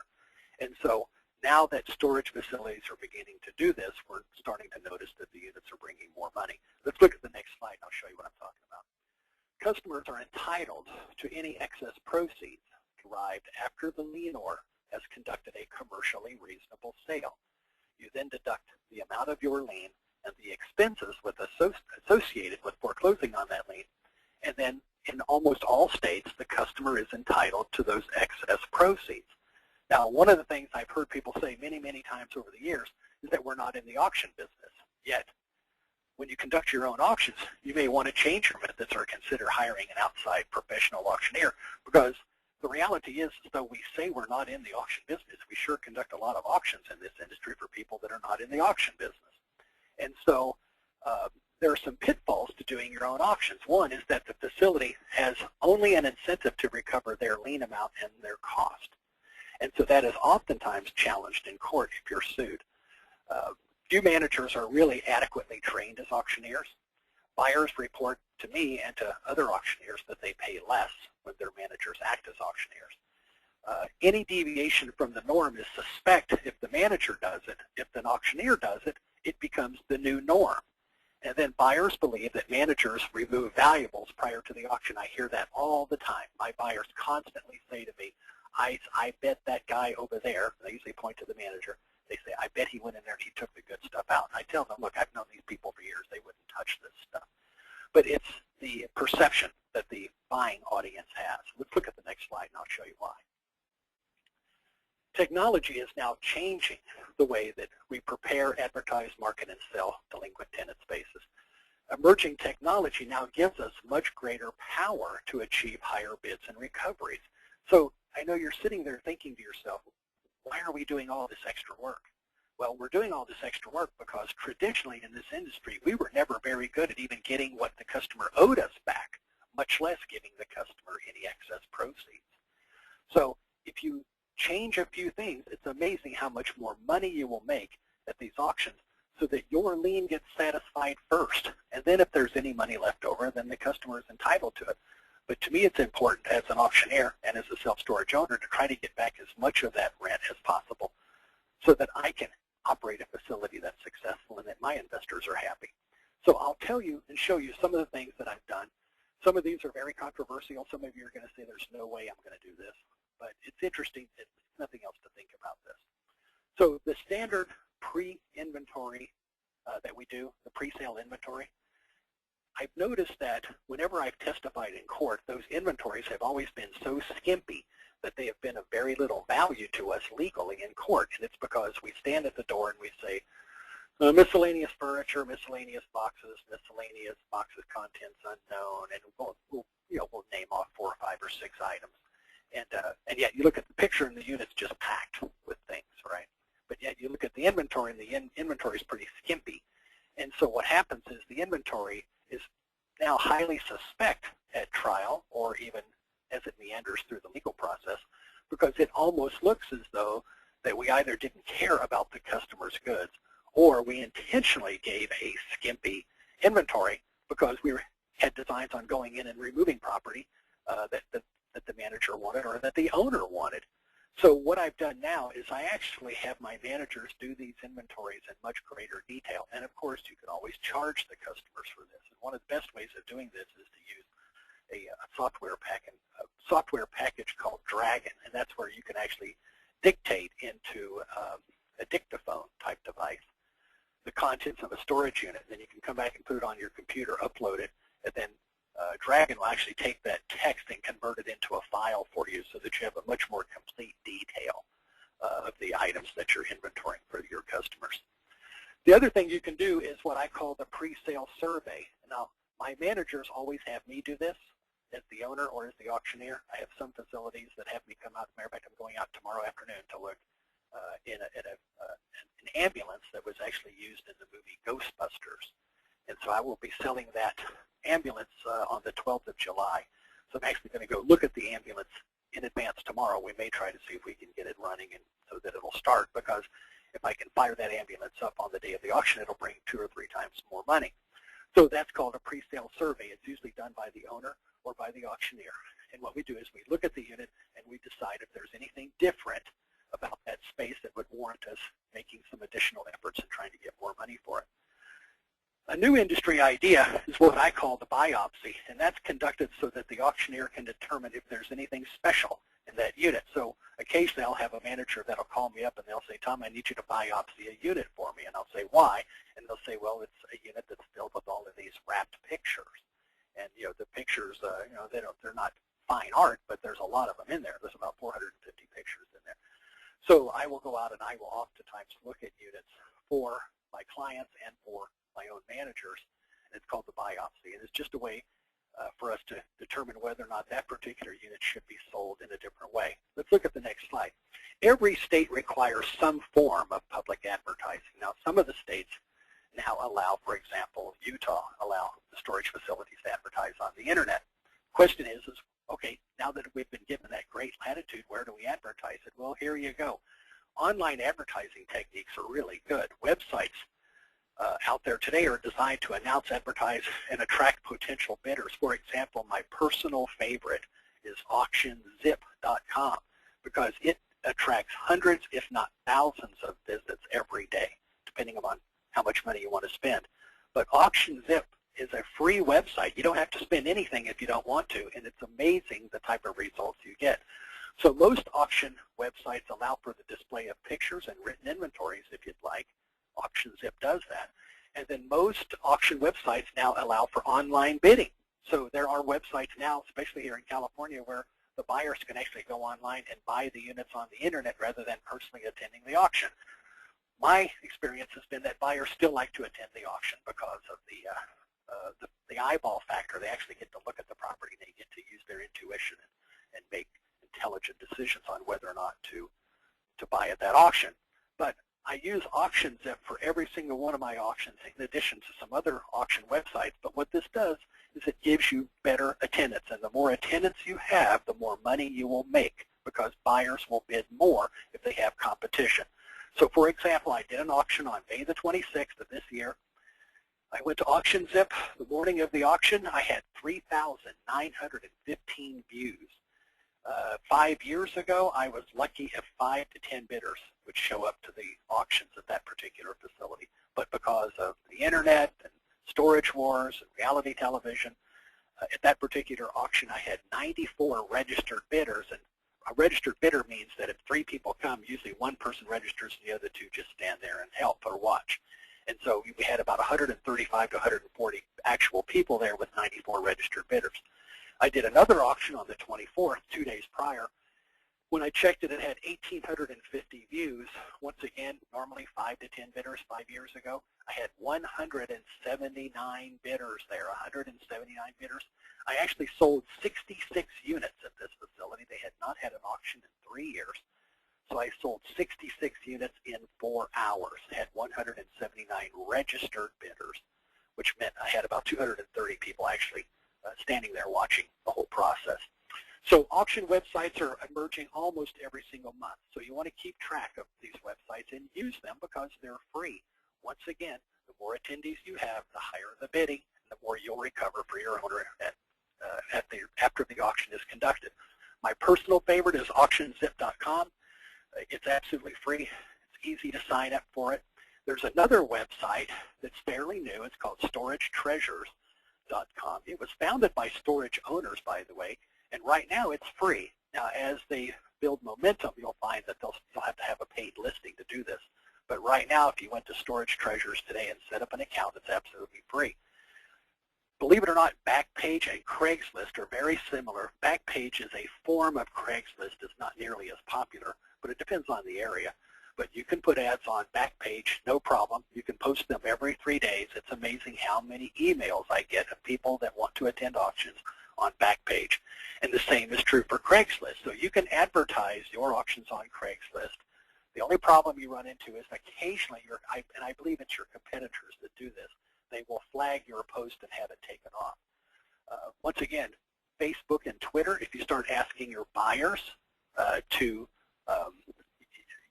get the name of your buyers and ask them to join you on your Facebook and your Twitter, and you announce your auctions on your Facebook page, your buyers begin to follow you to see when your auctions are. And the same is true for Twitter.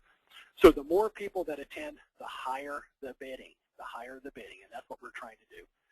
Marketing auctions should utilize kind of the same techniques that are used by the people that turn around and sell this, which are your flea marketers, your liquidators, your secondhand stores, and your retail stores. Nothing in the law prevents storage facilities from entering the space if that's what you want to do. So one of the things that I do, usually the day before the sale, and depending on whether or not we believe the customer is actually going to come in and pay up, because we all know those customers that run in at the last minute with the cash waving in the air to pay up. We all know who those people are. So it's a decision that you would have to make if you decide to do this. But showcasing is where you take the unit and you simply arrange it so that it shows better. So nothing is removed, nothing is discarded. Items that are blocking the view of the buying audience should be moved if possible. The property can be rearranged so that the potential buyers can see it more clearly. And if possible, you might want to open drawers and things like that to better show the contents.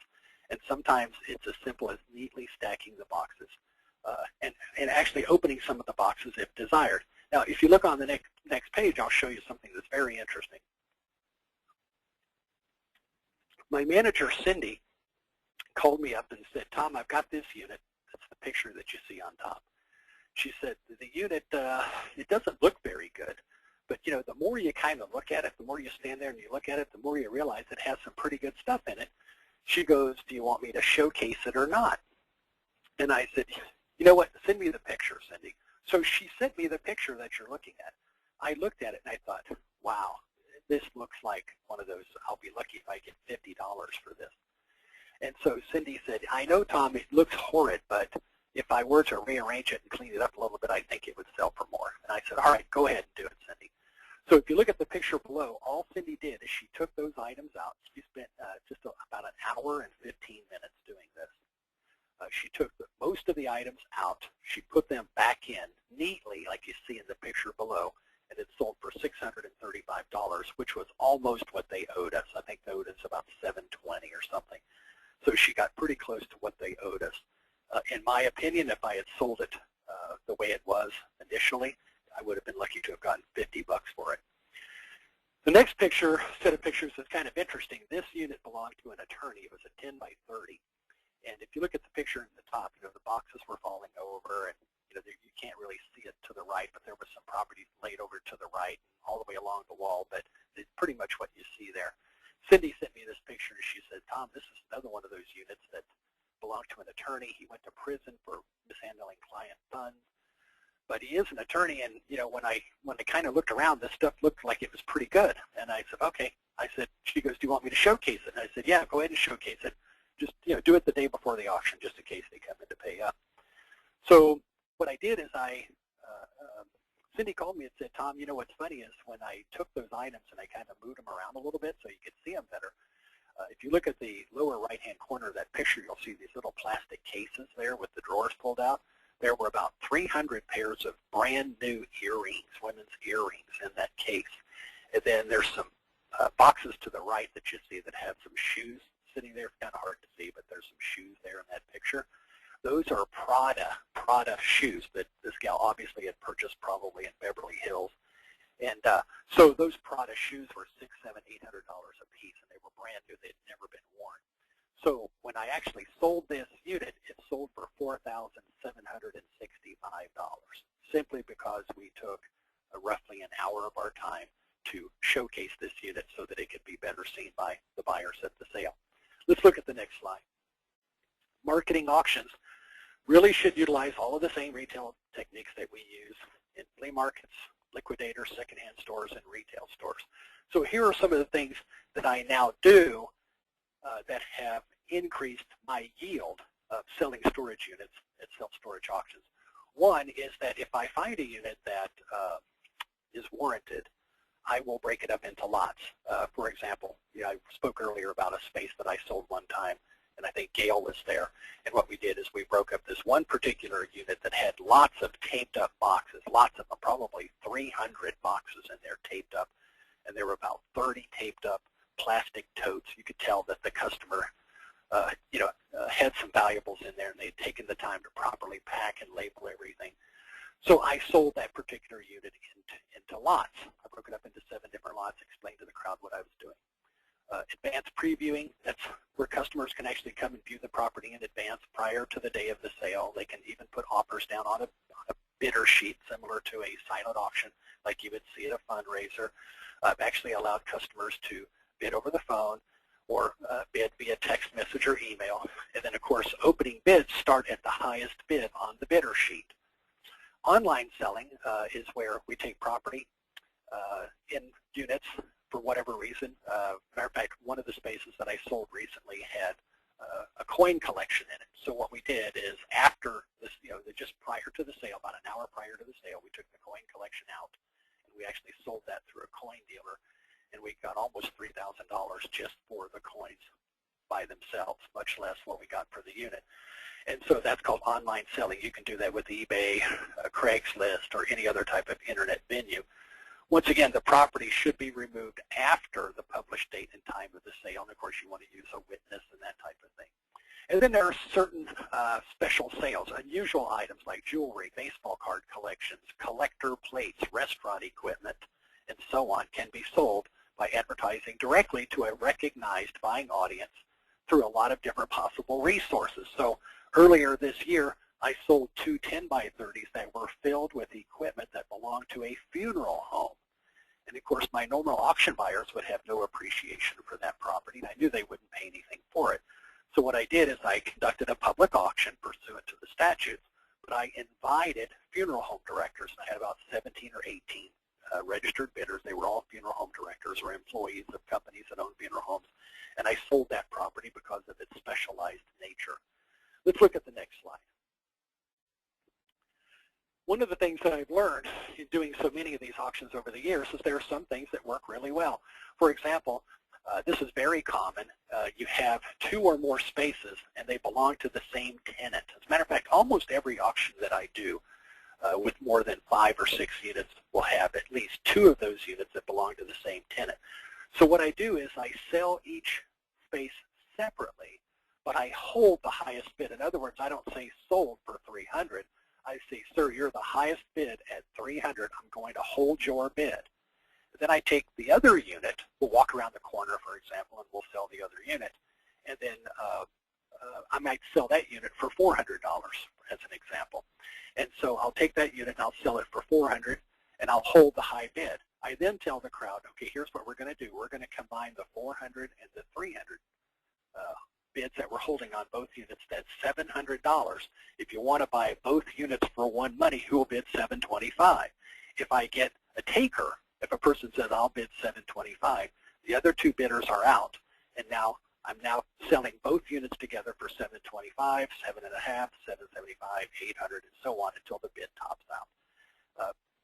Could we go back to the previous slide there, Keith, for just a second? So that's what I call same tenant, multiple spaces. It works really well. Oddly enough, every time I do this, the two units combined always sell for more than what the two units sold for individually. The buyers like it because oftentimes the sofa cushions might be in one unit, but the sofa is in another, or the table that matches the chairs is in one unit and the chairs are in the other. So my buyers have an incentive to buy both. Another technique is what we call buyer's choice. Buyer's choice is where you sell a unit with a lot of common items like the artwork that I was telling you about earlier. We had about 450 of these things. So what we did is we pulled out 50 at a time. The buyers got to look through the pictures. I then sold the pictures as if I was selling one picture.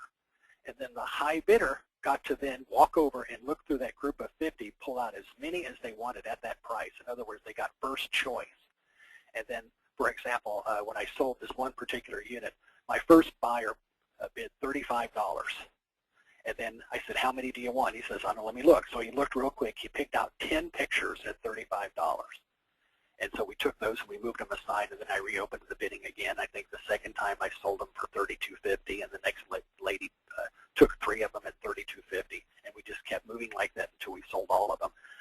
I asked 2 of my buyers that have been buying from me for years. I took them down, I showed them this unit, and I said, what would you guys conceivably pay for this unit just the way it sits? And they said, well, you can tell that there's these pictures in there. One guy said I'd go up to $500. Another guy said he would go up to $750. And I said, all right, thank you. I appreciate you guys taking your time. I then went down and sold the unit buyer's choice. I sold the unit for $6,250 total for all of those paintings by doing it through buyer's choice. Single item selling, once in a while, I will tell my buyers that if they see an item that they want to buy individually, like a musical instrument or a canoe, I sold a canoe the other day individually, then I sold the rest of the unit in its entirety. I will do that for my buyers. And then I also do absentee bids. That's where a buyer looks at the property in advance, or they look at the pictures, and they say, oh, Tom, I'll go as high as $500. And so they will give me a written absentee bid authorizing me to bid for them up to a maximum of $500. So what I do as the auctioneer is when I get to, let's say, $275, and it looks like $275 is going to be the high bid, I'll turn to the manager and say, do we have an absentee bid? And the manager will say yes, and the manager will say $300. And I'll say, now I have $300, now $325. If no one bids $325, $300 once, $300 twice, sold for $300 to the absentee bidder. So those are called absentee bids. If you want to know more about how that works, you could always give me a call. Let's look at the next slide. Auctioneers should be willing to change up their methods so that we not only get better attendance, but we change the type of composition that we attract to our auctions. So for example, in the past, we've always appealed to wholesale buyers. We never really appealed to retail buyers, because we always held our auctions during the week when most retail buyers are at work. And so you might want to change once in a while and experiment with things like the 3-item rule that I told you about. Or you may have an occasional auction on a Saturday to see if you have a better turnout. But the reality is that when you create techniques that allow customers to examine the property more closely, and you attract more buyers there to buy the property, and you handle specialized property by selling that property to an audience that understands and appreciates the value of it, i.e. the 2 10x30s that I sold with funeral home equipment, you're going to recover more of the money that's owed to you. Now, for example, the 3-item rule is something that I started, and my buyers really like this. What I do is I open up a space, and if it's one of those spaces that's really packed, you've all seen those before, I will let the buyers pick out 3 boxes. I'll just turn to a buyer and say, you pick one. The guy will point out to this tub. I'll pull it out, set it on the ground, we'll open it up. Everybody gets to look to see what type of property is inside that unit. So what we'll do is we'll do that 3 times so that we don't slow the auction down too much, but at least the buyers get a taste of the type of property that's in there. Once everyone has looked, then I open it up for bids, and then I sell it to the highest bidder. So sometimes it's as simple as just little minor changes to the way you sell units or the way your auctioneer does this. Let's look at the next slide.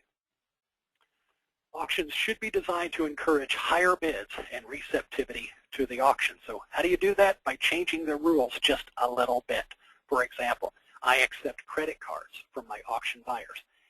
When I tell them that I accept credit cards, they bid more and they purchase more spaces because they get to put it on their credit card at a very low interest rate most of the time if they have good credit. I also let my buyers use my free move-in truck, especially if they buy multiple spaces. My buyers absolutely love that. I accept cashier's checks for purchases as long as they return by 5 o'clock that day and they give me a $200 cash deposit. I've never been burned yet. But I've had people that have spent $3,000 and $4,000 and $5,000 with me, and they don't carry that kind of cash on them all the time. So I allow them to go to the bank, get a cashier's check, and bring it back. And of course, the other thing that I do is I give my buyers more time to remove the purchased property, especially if they purchased multiple spaces. So I always give my buyers 72 hours to remove all their purchases, and if they purchase multiple spaces, then we'll oftentimes give them as much as a week. And it's amazing when my buyers tell me that they go to other auctions and the auctioneer or the manager at the facility insists that everything has to be removed by 5 o'clock that day. They'll oftentimes say, I just don't buy very many units because I can't get everything out within that restrictive time period. So sometimes it's just a minor change in the rules that make all the difference. Let's look at the next slide. So conducting a commercially reasonable sale is changing. This is due in large part to technology, but it's also due in large part to case law. But I think it's also due in large part because we're trying to get better and better recovery so that we get more of our money back. I think one of the best things that ever happened to us are these reality TV shows because it's allowed storage facilities to attract much better crowds, and the crowds have an anticipation of buying these units and making money on them. So I think that's good for the industry overall, even though we do have some drawbacks as well. Let's look at the next slide and wrap this up. In terms of postponed auctions, this comes up once in a while, and I want you to know this. In most states, if you postpone an auction, you must re-notify the tenant of the new date and time, because in most states, it tells you that a conspicuous statement that unless the claim is paid within the time, the personal property, the time stated in the notice, the personal property will be advertised for sale and will be sold by auction at a specified time and place. If that's true, if for some reason you can't hold the auction because of a poor turnout or something, then you need to re-notify that. So tenants should be re-notified. The tenants should be re-notified if the sale is postponed. This should include a letter announcing the new date and time along with republication of the lien in the newspaper or on the internet, for example, in Utah. But let's look on the next slide and I'll show you something interesting. One of the ways that you can sort of fight this, if you live in an area where you have a lot of well, wait a minute, let me back up just a little bit. A common question that I get all the time, oh, sorry, Keith, I meant to stay on that slide. A common question that I get all the time, not only from managers, but from auction attendees, is that whether or not public sales are open to everyone, whether or not the tenant can show up and not only attend the auction, but bid on their own unit. And the answer is yes. Tenants have the right to view the auction, and they also have the right to bid on the property if they qualify. So lien customers can attend by law because it's a public sale. You can't preclude them. And you can deny them the ability to bid if they don't qualify. The way you qualify is you have to, show your ID. For example, at my auctions, you have to show me picture ID. And then if it's questionable, I'll ask to see if you have cash on you, or I'll ask to see if you have a credit card on you so that you can complete the transaction if you wind up being the high bidder. So lien customers must behave while they're on the property, and they cannot urge other attendees to refrain from bidding against them. That's called collusion. So if I see a customer starting to do that, that's a customer that's trying to buy their own things back, I will simply walk up and tell them, if you keep it up, I'll have to ask you to leave the property. I'll let you watch the auction as long as you don't tell any of the other buyers who you are or why you're here. But legally, you can't bar them from at least attending the auction. And then if an auction attendee becomes disruptive or engages in collusion, you can simply ask them to leave the property. Let's look on the next slide. Now, what I've done in order to avoid the problem with postponement, if you're in an area where you have thunderstorms, you have rain and snow and sleet and hail and any type of questionable weather that might hamper your ability to have a sale, if you're in an area like that, like Denver, for example, depending on the type of, or the time of the year, the auction may be hampered. So what you do is you advertise a rain date, So for example, in the ad that you publish either on the internet or in the newspaper, you would say sale will be held on June 26th at 10 a.m. with a rain date of July 3rd at 10 a.m. So what I do in areas that are like this, I publish my normal date, and then I'll publish a rain date 7 days later on the same day of the week. So June the 26th is on a Thursday, July the 3rd is on a Thursday. And so, or Wednesday or whatever it happens to be. But if you advertise the rain date like this, then you don't lose all of the efforts that you made to attract your buyers to sale. So if the buyers were to show up, a handful of buyers, are you still going to have the auction? You're going to say, no, there's, it's too stormy, or it's raining too hard. We're going to have to just postpone this to another day. You've already advertised your rain date in the ad, which works really well. So rain dates maximize your marketing costs, and they help avoid re-notification in some states. So use rain dates in areas where you have frequent unpredictable weather. And then let's look at the last slide there, Keith. This is where we'll open it up for questions for anyone that might have a question on this stuff. Okay, we've got quite a few of them that have come in. The first one, Tom, is, are you seeing any negative repercussions from your new selling methods, for example, lots, eBay, etc.? Not really. Some of the things that I've done, the buyers complain about it, but the buyers that complain about it are the old school buyers. And what I found is, I actually went to lunch one day, Poppy, with several old school buyers. And in the beginning, they really resisted some of these things that I did. But I took them to lunch one day, and we were sitting around, and we're just, we were just being quintessential guys, right? And they sat around, and they said, Tom, we'll be honest with you. We liked the days when we bought these units for $50 because we made good money on them. But now with these doggone TV shows, and then you doing these things, we're spending 3 and 4 and 5 times as much money. So that's why we're upset. You're not doing anything wrong. It's just that, we were used to buying these things cheap for a long time. And I said, I understand that, but, my goal is to bring in as much money as possible because I'm trying to get my rent back. All right, next question. What if you find illegal items in the unit? Would you still sell the other items and just hold on to the contraband items? Yes. Yeah, and that does happen occasionally. The other thing that you don't ever think about, there are some items that are not illegal, but they would be illegal for someone to resell. And there is a website that's published by the Commerce Department, and the most common item that I see that's like that are baby cribs and baby strollers. And so some of those baby cribs and strollers and baby beds are on their list of products that have been recalled. So I always tell my buyers, if I open up a door and I see a bunch of, quote, baby stuff in there, I'll tell my buyers, you might want to go to the website and see whether or not these items have been banned or recalled.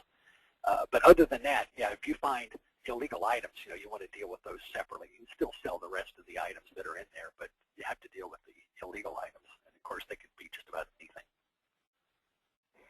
Let's see. You mentioned that if a manager acts as their own auctioneer, the money raised above the cost is supposed to go back to the owner. Does that apply if you use a professional auctioneer? Yes. Yeah. So, but here's what I find at the facilities where the manager is the auctioneer. At those facilities, the owner or the manager typically doesn't charge a fee similar to what an auctioneer does. So if you, let's say you do all these things that Tom just talked about, and you get a great crowd out there, and you sell a unit for $1,000 because you're a manager that really worked hard and tried to have a really good auction, you should charge that customer 25% just like an auctioneer would. And so I find oftentimes that the owners And sometimes the managers don't do that, and they should, because if they hired me to come out, or if they hired any other auctioneer that came out and to sell that property for you, you're going to pay the auctioneer that fee anyway. So it's a legitimate expense that's recoverable. All right. Also attached to that question, usually you hold an auction because you can't locate the customer. How would you get the money to them?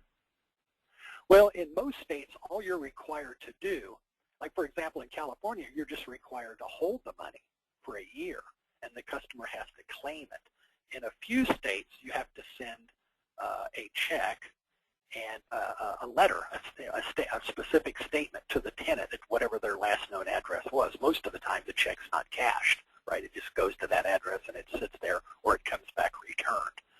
But in most states, you're only obligated to hold the money for a certain time period. And then there are a few states that say, if it's not claimed within that time period, then it reverts and becomes the property of the owner anyway, which I think would be Are there good. not some, Tom, are there not some states where any excess money collected actually has to go to the state? Yeah, for example, in California, if the tenant doesn't claim it in California within a year, then the money is supposed to be sent to the local treasurer of your county that you're located in. And so, yeah, it's in most cases it goes to the state. And then there are a few states that allow the owners to keep it, but in most states it winds up going to the state. So, you're entitled to charge all of the reasonable fees and charges that that you would normally pay. So even if you do your own auctions, you should charge that tenant, 20 or 25% of whatever you recover as an additional fee for conducting this sale and doing all the things that it takes to put on a good sale.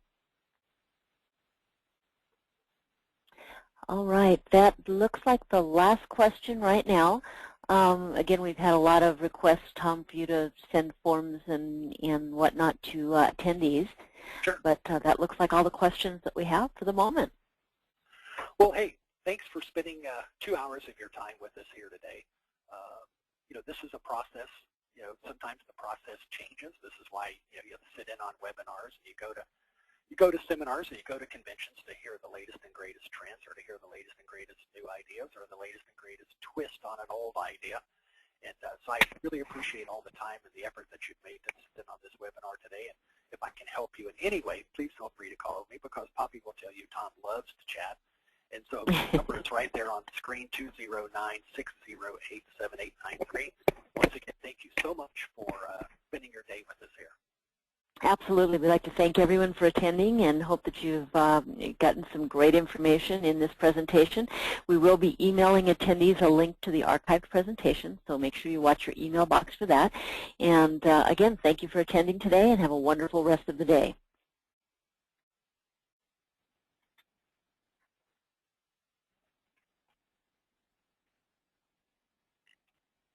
The